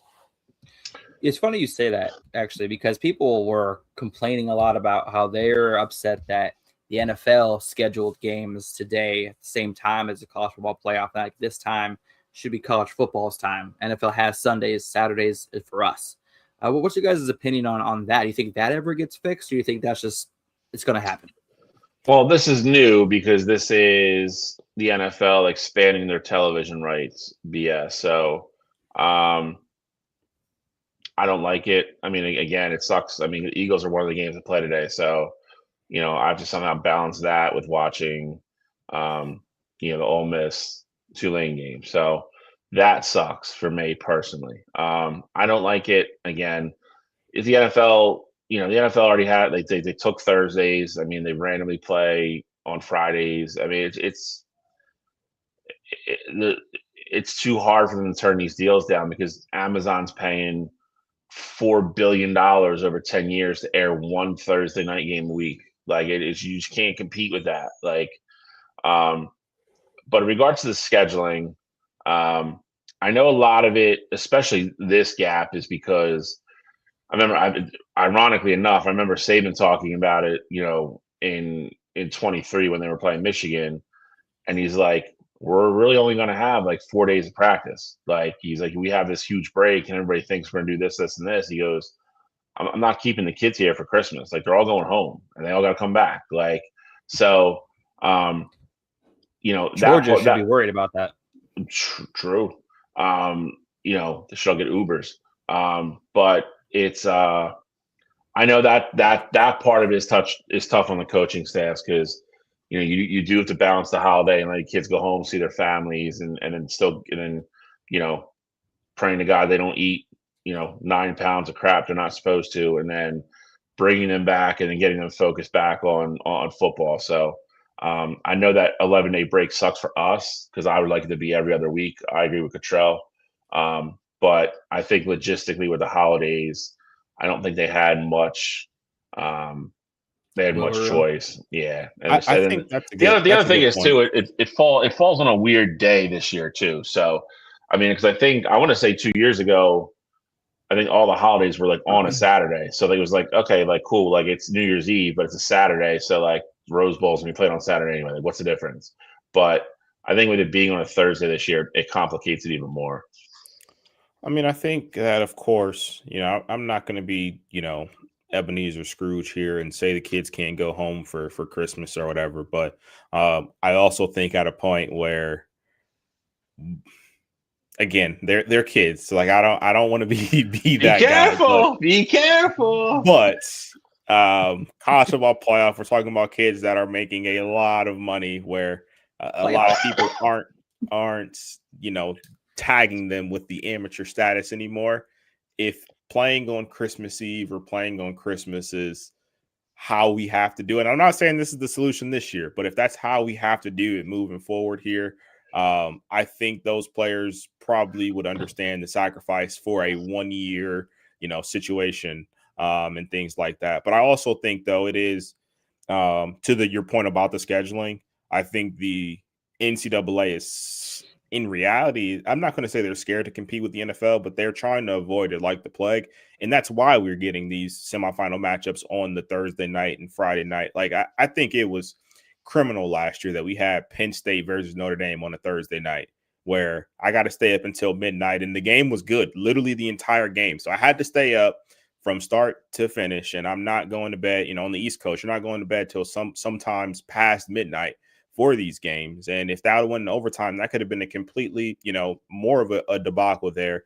But that's all because they don't want to compete with, not necessarily, that wouldn't be wild card weekend, but they don't want to compete with the Saturday night games for the NFL. And I just think it sucks, but there has to be some sort of solution, with that. Maybe they can figure it out where they play at noon. There's only one NFL game on Saturday, and that's the, NFL still gets a primetime slot. But even still, a noon game for college football, even if it's a semifinals, like I'm locked into that a lot more than a random Thursday night semifinal game because I'm used to it with the college football season. I'm with you on all that. I think the other thing, though, I think that you do have to factor in here. Christmas is kind of like the sacred day, though. Like, it's weird to me that the NFL's kind of decided to do it, but that was kind of always the day that I think everybody was like, yeah, kind of stay away from it because you might lose ratings that day. Like Thanksgiving, we all grew up with like like there's always been football on Thanksgiving. You know what I mean? Yep. So like that's a tradition like even all of us have grown up with. Up until a couple years, nobody Just did anything on basketball. Christmas. Yeah. Correct. And that was fine. That was and basketball did that thing. But again, like if you weren't a basketball fan, it was like, okay, like just don't watch them. Like Have if it you don't on want the to. background maybe, but nothing. It's not important. Correct. Football's different. So I think I'm gonna go. I can't believe I'm gonna say it. I'm gonna applaud the NCAA for not scheduling games on Christmas Day. Because I don't think it's the right thing to do. I know they're not really amateurs anymore, and I agree with you on that, Cottrell. I just fundamentally I would still have an issue with kids and all those coaches and everybody having to be away from their families to play on Christmas Day. It's still maybe in a couple years I'll change my mind, but it just doesn't sit right with me for kids to be playing on Christmas Day. Well, in a couple years, maybe we see it when Christmas falls on a Saturday. I think it's not next year. I think it's the year after. It's gonna be real interesting because if they stay status quo, the problem with it becomes then is like Cottrell said, you're not gonna go Friday, Saturday, then you're gonna go Thursday, Friday, which means some teams royally gonna get screwed and have to play two teams are gonna have to play Thursday night, and then everybody else is gonna play Friday night. So that's going to suck in its own right because you're going to have two games on Friday during the day. Well, it's official. We got 35 minutes till kickoff of game one. So let's get down to it. Let's get down to the brass tacks. A&M, Miami, game one. This is crazy. They're making this. This is a 10 o'clock kick? 9 a.m. No. Or No, 9 a.m. my time. Yeah, 12 your time. 11. They're only one? Yeah, they're Central. Oh, yeah. All right. So it's still an 11 o'clock kick. That's weird. Well, that was kind of unavoidable because Ole Miss is also 11 a.m. Because they're Central too, and then Oregon, no shot they were going to be. Oh well, yeah. Well, I mean, Oregon we knew it was going to be a late game. That's fine. I had no problem with that. I guess I don't know how they decided to choose between the two of these to make one. I personally would have put the Ole Miss game first, but honestly, you know what it probably was though. If I'm being, let's keep it real. NFL, we just talked about it. I think a lot of people are going to tune in for the Miami and A&M game, and the Ole Miss Tulane game is going on during the NFL games. They're like, hey, maybe people are going to watch for the first half, and they start to filter out there, and they go over to the NFL side of things. So I think this was a strategic move by the NCAA. Just kind of my mind, just thinking about it quickly there. Put the best game on when the NFL's not going to compete against. Exactly. Yeah, makes sense to me. But I do think this is the best day of the game, or best game of the day. That's backwards. So best day of the game. Best day of the game. Miami got in after all the hubbub and all the arguing and everything else. Finally got in. A&M, number 3 pretty much all year, fell to 7 after one loss. But they were kind of on the begging to get beat wagon for a while. I think this is. I think game flow matters here, like big time. I think if this is a lower, like in the 20s to 30s, I think Miami probably wins. I think if this game gets up into the 40s, then I think A&M's winning. I think Miami's going to come in and want to dominate with both those lines. They're going to control both lines of scrimmage, and really run the football, run play action off of it, keep Carson Beck comfortable, and use those wideouts at Miami and really, I don't want to say slow the game or take the air out of the ball, but I don't think Miami wants this to be a track meet. I think if it gets into a track meet category, then I think A&M wins because I think A&M has a way better ability to score in 3 plays than Miami does. So I think Miami wants to use their size, their strength advantage on the lines of scrimmage, kind of really play a lot of bend, don't break defense against A&M, make them, really kind of trudge and march down the field, longer scoring drives versus, like I said, the kind of 3 or 4, big chunk play drives that A&M is very capable of, quite honestly, happens on a regular basis. I think if they can eliminate that stuff, I think they have a real good shot to go into what's going to be a very hostile environment. Kyle Field will be absolutely rocking. They don't care what time it was. There'll be 8 million cowbells in the stadium. It's going to be a lot of fun, but I think it's going to be a really good game. I think it's the best matchup of the day, and I think it's going to be a little bit of a chess match. I wish we had a sound clip that was like, I need more cowbell.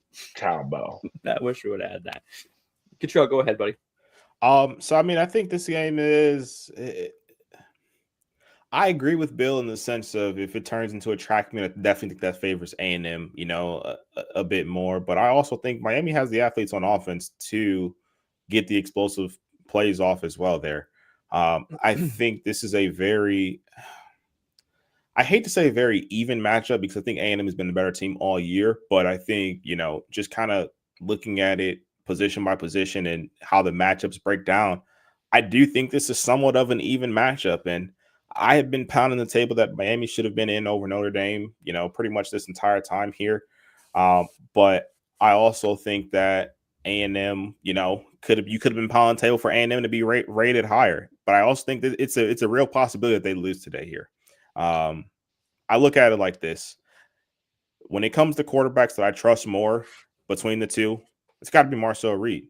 I look at when A&M was in their worst position, down 30-0 or 27-0 against South Carolina. That team rallied, and they were, used the word earlier, they're resilient.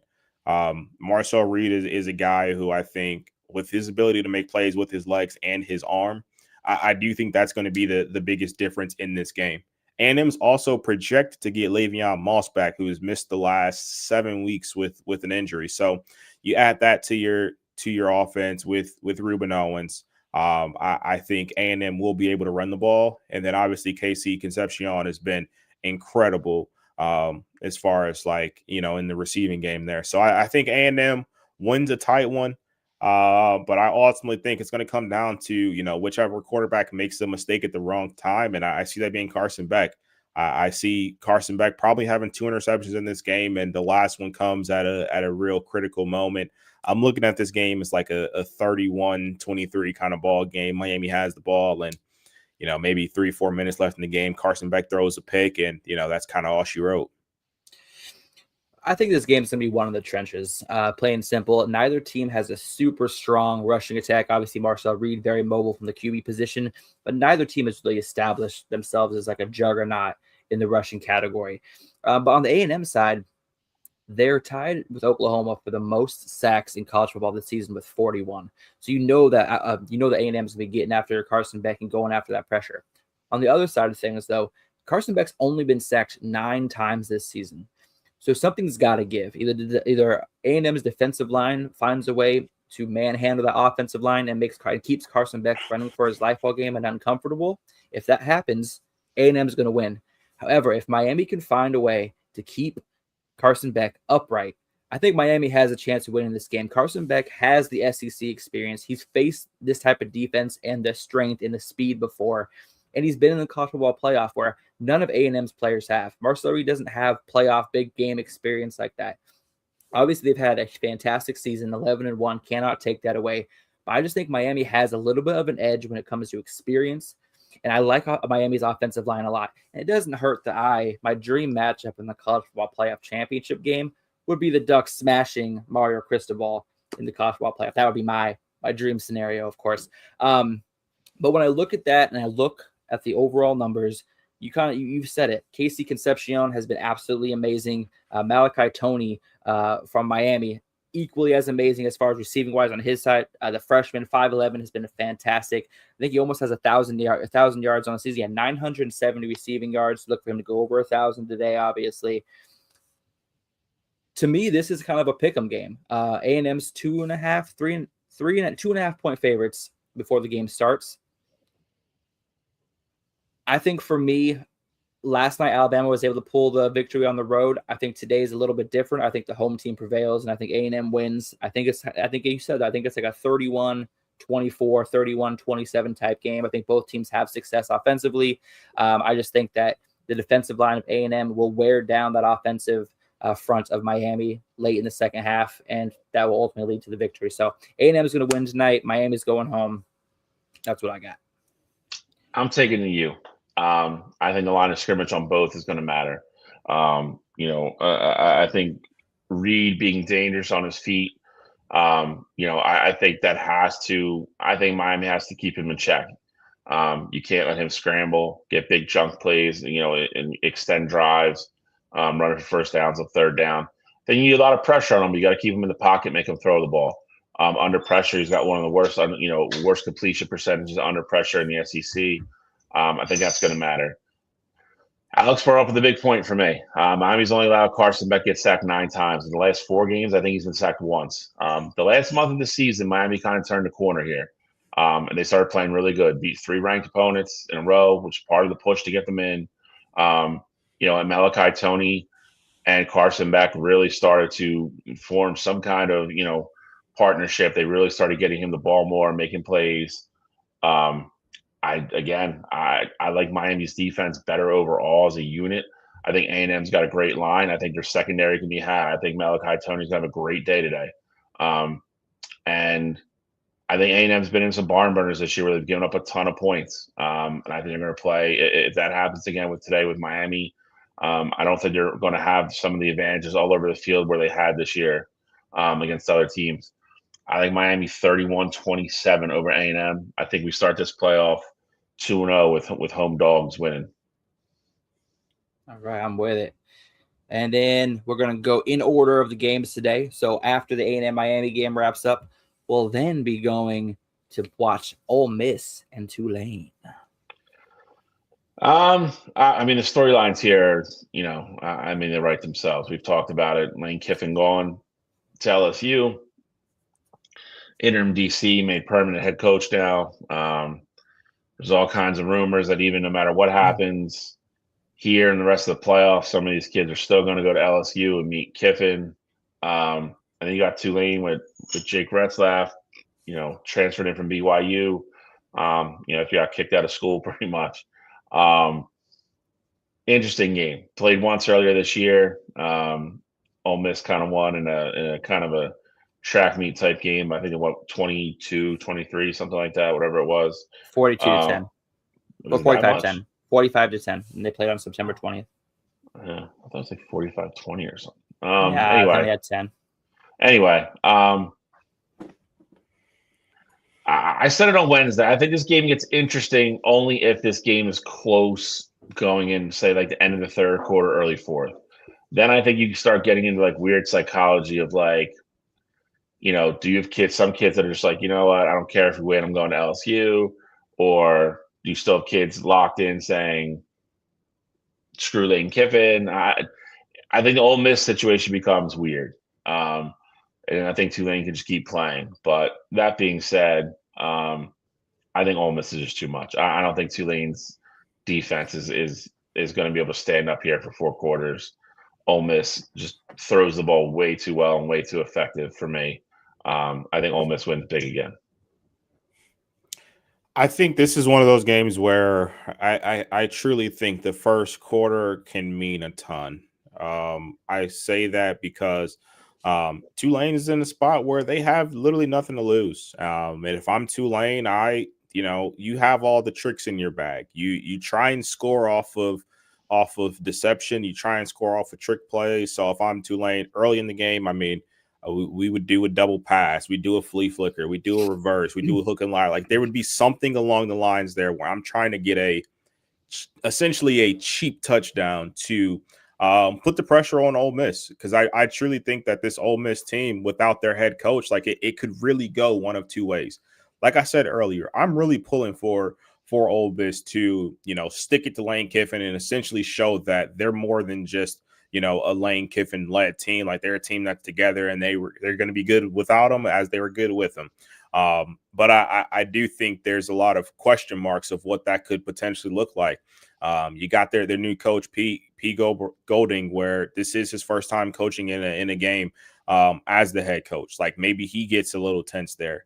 Maybe the play calling gets a little tense. I know they brought back Weiss, but maybe, he's not ready to not have Lane Kiffin like looking over his shoulder, making sure, he's making the right calls and situationally and things like that. So I think this game is so important early. Because I think in the other, without getting too far ahead, I think in the other game against Oregon and JMU in the, David versus Goliath kind of matchup, even if JMU sticks in that game early, I think Oregon, at a point, they're never worried because they know who they are as a team.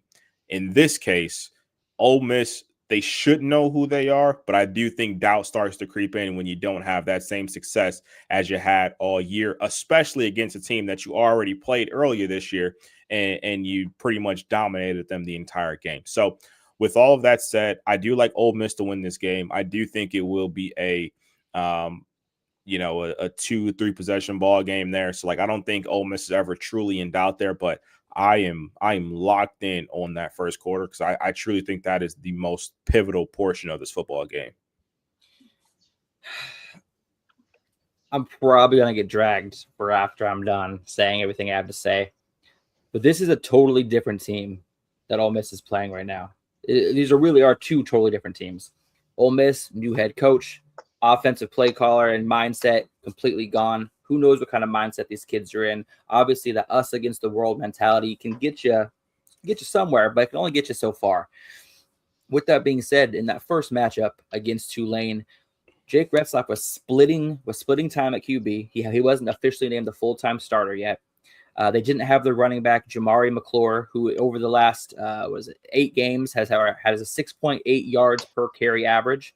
And Tulane didn't have left tackle Derek Graham, who's an A&M transfer, playing in that game as well. So Tulane's bringing a lot of pieces that are going to be playing in this game that weren't available the first time. I think Jake Retzlaff is playing absolutely fantastic football as of the last few weeks. And you got to remember, Tulane beat the ACC champion Duke earlier in the season. Yes, I know Duke has 5 losses, but one of those 5 losses was to this Tulane squad. Trinidad Chambliss is an absolute playmaker on that Ole Miss side. I don't know. With Lane, you knew he was going to be aggressive with his play calling and how he was going to call the game. We don't know what this Ole Miss offense is going to look like with somebody else calling the shots. And that's what worries me. You can practice it all you want, but I know that Ole Miss wishes they would have had the Egg Bowl to kind of figure out what their offense looks like without Lane Kiffin before. They said you don't want your first test to be in this big of a scenario. Ole Miss is a 16.5-point favorite in this game. Tulane's on the road. I have just something in my gut. Do it. Just do it. Do it. Something in my gut tells me that Tulane's going to win this game. Good Lord.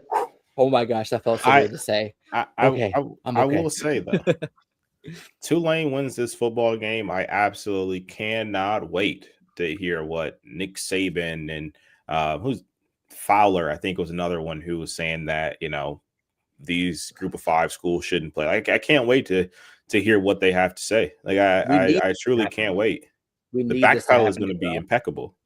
I can't wait. Tulane wins this game. I'll just set the over under how long it takes somebody to light Lane Kiffin's new house on fire. It's going to be. This would make his return next year even more nutty if Tulane wins this game somehow. Both teams lost their head coaches, but one of their head coaches is still coaching this game. So that sense of continuity is still there. Obviously, they have a full game of tape on Ole Miss as far as to get some sort of strategy put together. And they said they have that experience of what they know what they're facing. They know where they need to improve. They've got the players that they didn't have the first time back. Jake Retzlaff is the full-time from opening snap to last snap starting quarterback, not switching out with their backup. None of that. So I just think Tulane's going to hold nothing back. I'm not saying they're going to make it past the next round or anything, but I think all it takes is just like the movie, any given Sunday. In this situation, any given Saturday, an upset can happen. And I just think Tulane is coming in here with nothing to lose and everybody to prove wrong. And I just something in my gut saying Tulane pulls this out today. I don't know why. That'd be wild. That will. Lane Kiffin might have to coach in the booth next year when it comes back if that happens. No, legit. Like he legit might have to. Like, don't think he could be on the sideline, man. But I do think this is a perfect little, area to throw in this little tidbit today. Trinidad Chambliss' former school is Ferris State. He transferred. He was a Division II quarterback last year. Ferris State. They won the D2 national championship. Ferris State is now back in the Division II national championship, and they are taking on Harding. Both teams are 15-0. That game kicks off at 4:00, and I promise you, if you are not entertained with this Ole Miss and Tulane game, and you're not a big time NFL person, you like college football, I'm telling you, go over to ESPN2 and watch these two teams play. That's going to be an absolutely phenomenal game. Both, like I said, both teams are undefeated. Harding runs this Army-esque wishbone, like flex position. They are averaging like 500 yards a game. They are absolutely incredible at what they do. And like I said, Ferris State is good enough to where we see how good Trinidad Chambliss is. He got Heisman votes this year, and he left. He got first place votes this year. Exactly. So he left to go to Ole Miss, and they're 15-0 without him. Like, that's how good of a team Ferris State is. So little D2 plug there. We cover everything here on Coast to Coast. So just something to kind of look out for during that time frame of this Ole Miss game as well. And now it's time for the nightcap. Well, I guess 4:30 here, 7:30 for y'all on the East Coast, but the last game of the night and the best game of the day. JMU, the Dukes. Yeah, you ain't wrong. Both fire. Versus the Oregon Daffy Ducks. Donald. Daffy. Give me Donald, man. I want to be Donald. But Austin Stadium, like Alex said, I would say this: the beginning of the week, this looked like this was going to be played in a monsoon. So I'm lucky they got the day break. The gods have spared us and going to play some dry football for at least most of this game. Listen, we already talked about playing with house money. There is nobody that should come into a game looser than JMU. They're playing with house money. They got nothing to lose whatsoever. Oregon, again, from my money, the last team in here that can win the championship minus the top four. They got some revenge. I think they feel like they have unfinished business after last year. Very good football team, led by a very good coach. Austin Stadium will be rocking. I think this is a good game for like a quarter and a half. I do. I think JMU will come in. They'll be able to run their scripted plays for the first possession or two. I think they'll give Oregon trouble. I just think with adjustments and everything else, at some point, all the better athletes on Oregon are going to matter.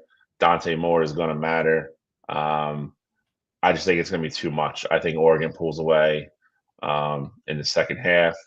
The helmets and uniforms they're wearing tonight are fire. I do approve of this combination.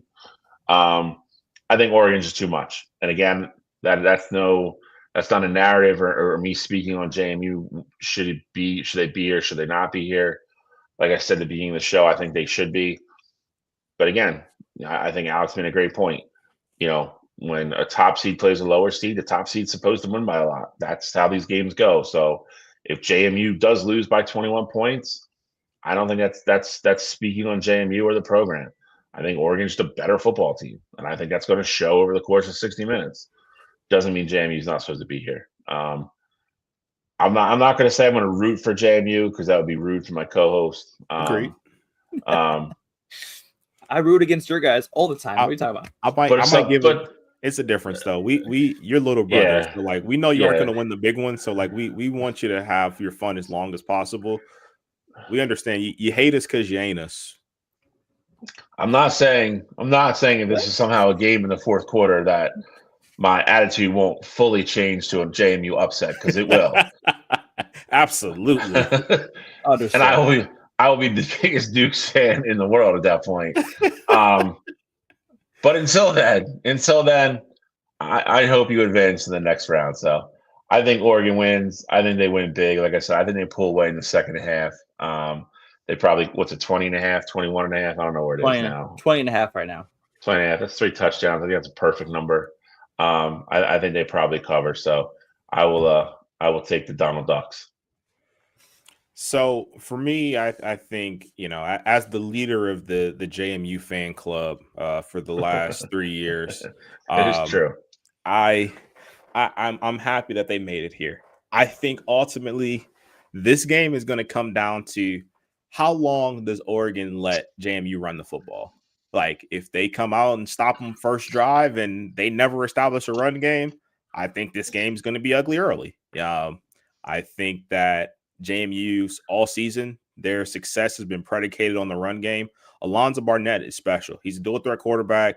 He can get it done with his arm, but just his ability to make you, be in a bad position with the threat of using his legs is definitely important. And then Wayne Knight has been their catalyst on offense at the running back position. So for me, of course, I think Oregon has all the tools and they will slow down the JMU run game. It just depends on when that happens. Maybe they come out, and that first drive, they have some success in the run game.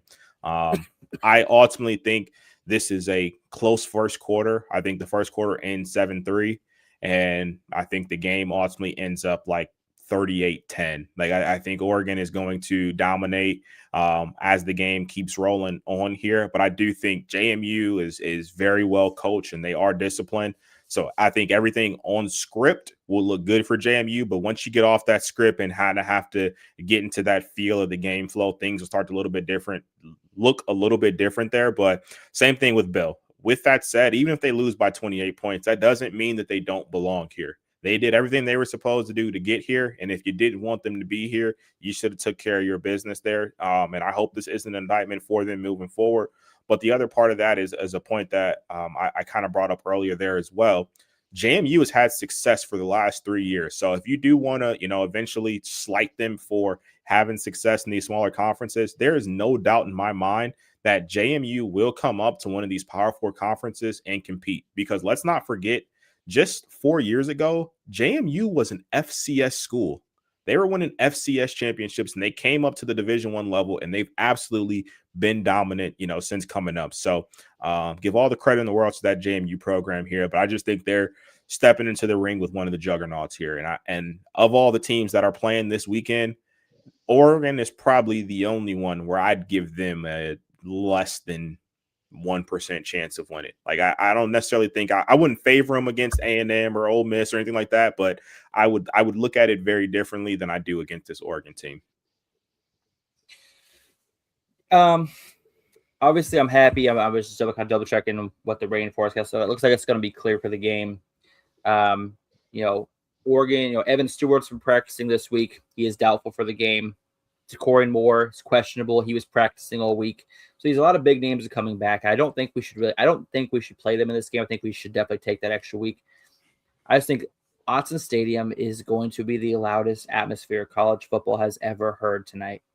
It doesn't matter if we're playing JMU. It doesn't matter if we're playing Alabama. It doesn't matter if we're playing Sister of the Poor. Tonight is going to be absolutely rocking at Autzen Stadium. Just like I said earlier, you could hear the fans on the TV and how loud they were in Norman and at the Oklahoma-Alabama game. You're going to hear that tonight. And it's going to be the first time these JMU players have ever heard a sound this loud. And you're going to see it when they have the ball offensively, how many offensive false start penalties they have today. I'm thinking we're going to have at least 6 false start penalties in this game against JMU. Oregon Ducks are going to be able to run the ball all over them. I think Dante Moore is going to be able to pick them apart. I wouldn't be surprised in the fourth quarter if we have Austin Novosad or one of the other backups, Luke Maga, how do you say his last name, in the game in the fourth quarter. I think it's going to be a 45. I will give JMU some credit. Great rushing attack, dual threat quarterback. Dual threat quarterbacks have always been a struggle for the Duck defense to kind of get a grasp of. So I think JMU may have some success early, like both of you guys were saying. But then Oregon and Bryce Betcher will kind of figure it out. They'll probably put Bryce Betcher as a spy on them, and he's had over 100 tackles this year. Going to be hard to beat OSU last season by science. But with this game, I'm pumped to see the Oregon Duck Christmas uniforms brought out today. What do you mean Christmas uniforms? I got you. I was watching Elf last night and I realized that Duck uniforms are just Buddy the Elf's outfit in football attire. I don't know. Maybe I'm just seeing it myself, but I think This is their See, Christmas jerseys. I wish you didn't show me that now. Dude, I wish I hadn't seen it either. I was watching Elf last night with the kids and the wife, and all of a sudden, Buddy the Elf pops up. I'm like, ha, look at the Oregon Duck uniforms on them. So it's a Christmas jerseys. I'm loving it. I think this game is going to be a 45-9, 45-10 blowout. And I wish I was at the game tonight, to be honest, but I'll be at home in the comfort of the dry living room, watching this game, cheering as loud as I can, saying whatever I want and throwing whatever I want at the TV. But Oregon's going to take care of business tonight, and I'm excited. Alex, question for you, because I don't think all three of us picked Oregon, and we think it's going to be rather convincing. What in this game would give you? I don't think you're ever in any danger of losing, so I know you're probably going to be looking for certain things. So I guess two-part question would be, one, what would give you concern for seeing from your team in this game, even in a blowout win? But then two, like in this game specifically, outside of just winning, what are you looking for from Oregon? Well, here's what makes me nervous. Both our offensive and defensive coordinator are working two jobs right now. Mm-hmm. Both of them are working the coordinator jobs as well as working on their head coaching positions at Kentucky and Cal, respectfully. So my biggest concern was, and in an interview earlier this week, I was reading Tosh Iwapoi, who's going to be the new coach, who's a defensive coordinator and new head coach at Cal, was saying that during the day when he's at University of Oregon working out the game plan for this week, his phone is off and in a locker. He has zero distractions when he's coming up with this game plan.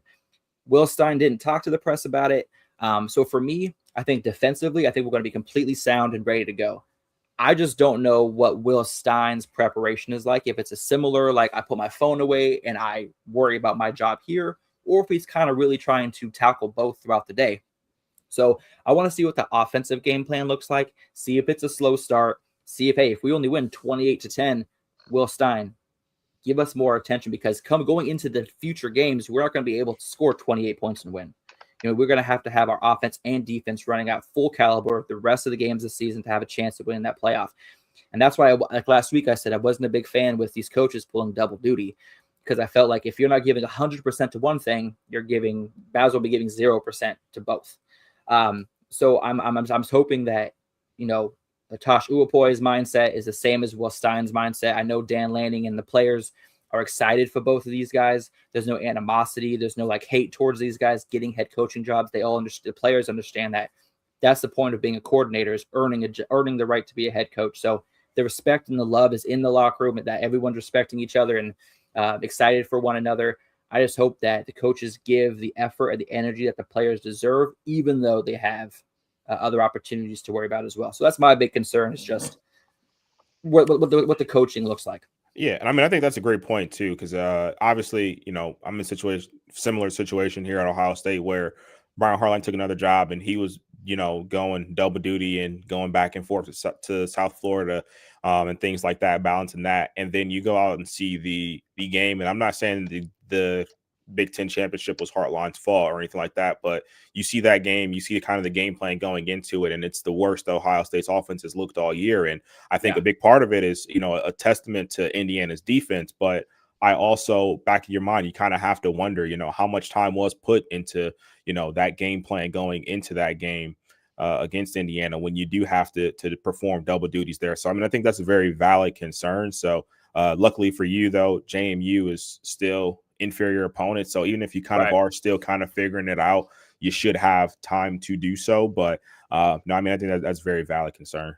Yeah, but that's a concern for me, just because if they look iffy against a team like JMU, what are they going to look like against a team like Tech that has a $25 million roster that's got to buy fresh, ready to go, and who aren't losing any coaches this offseason?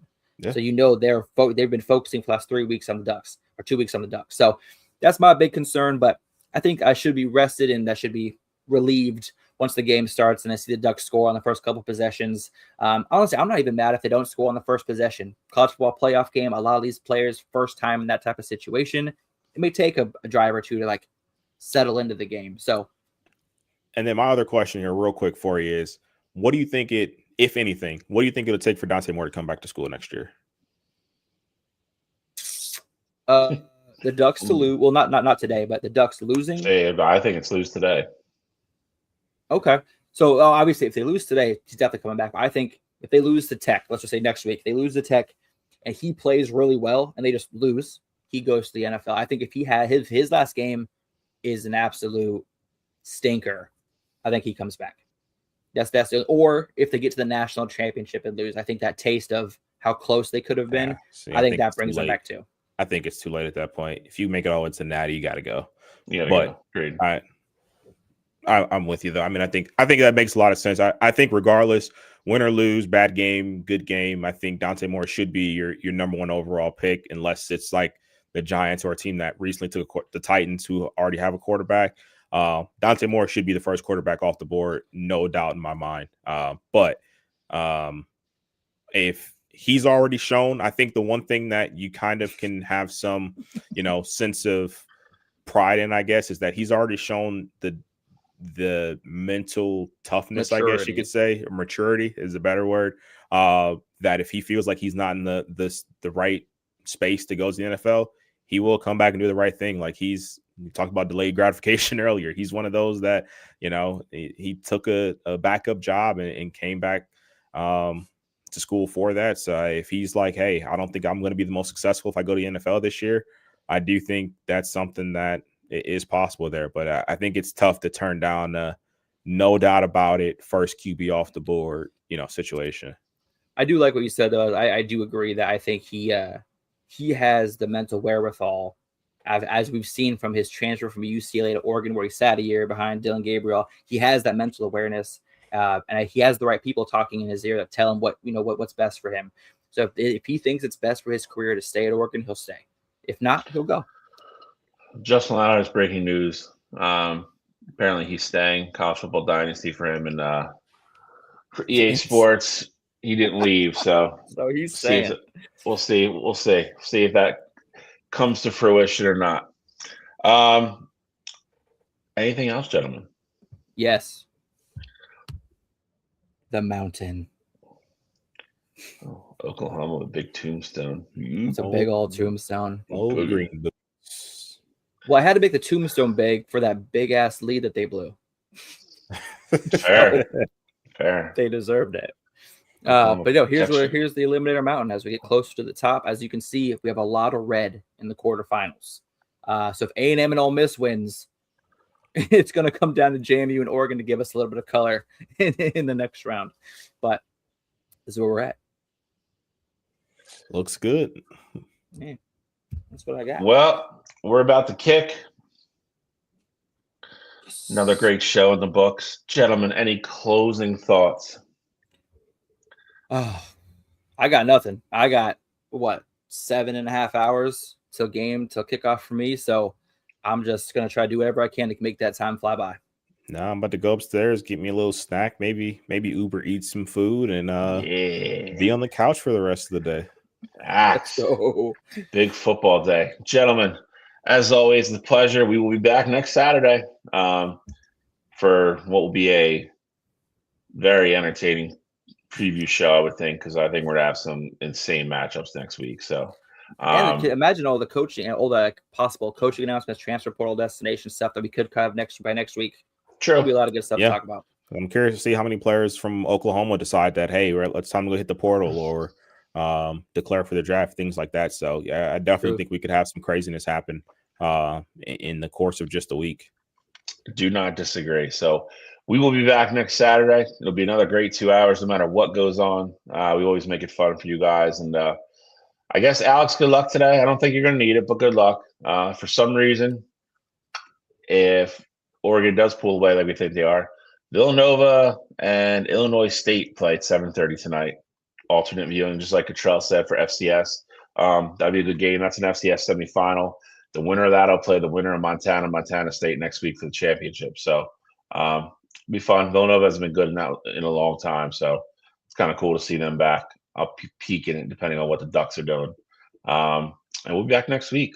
So as always, thank you for tuning in, for sharing, liking, watching, everything. We appreciate all of it from everybody. Justin Louder, thank you as always. Have a great day, and we'll be back next week. See you guys then. Peace. See you.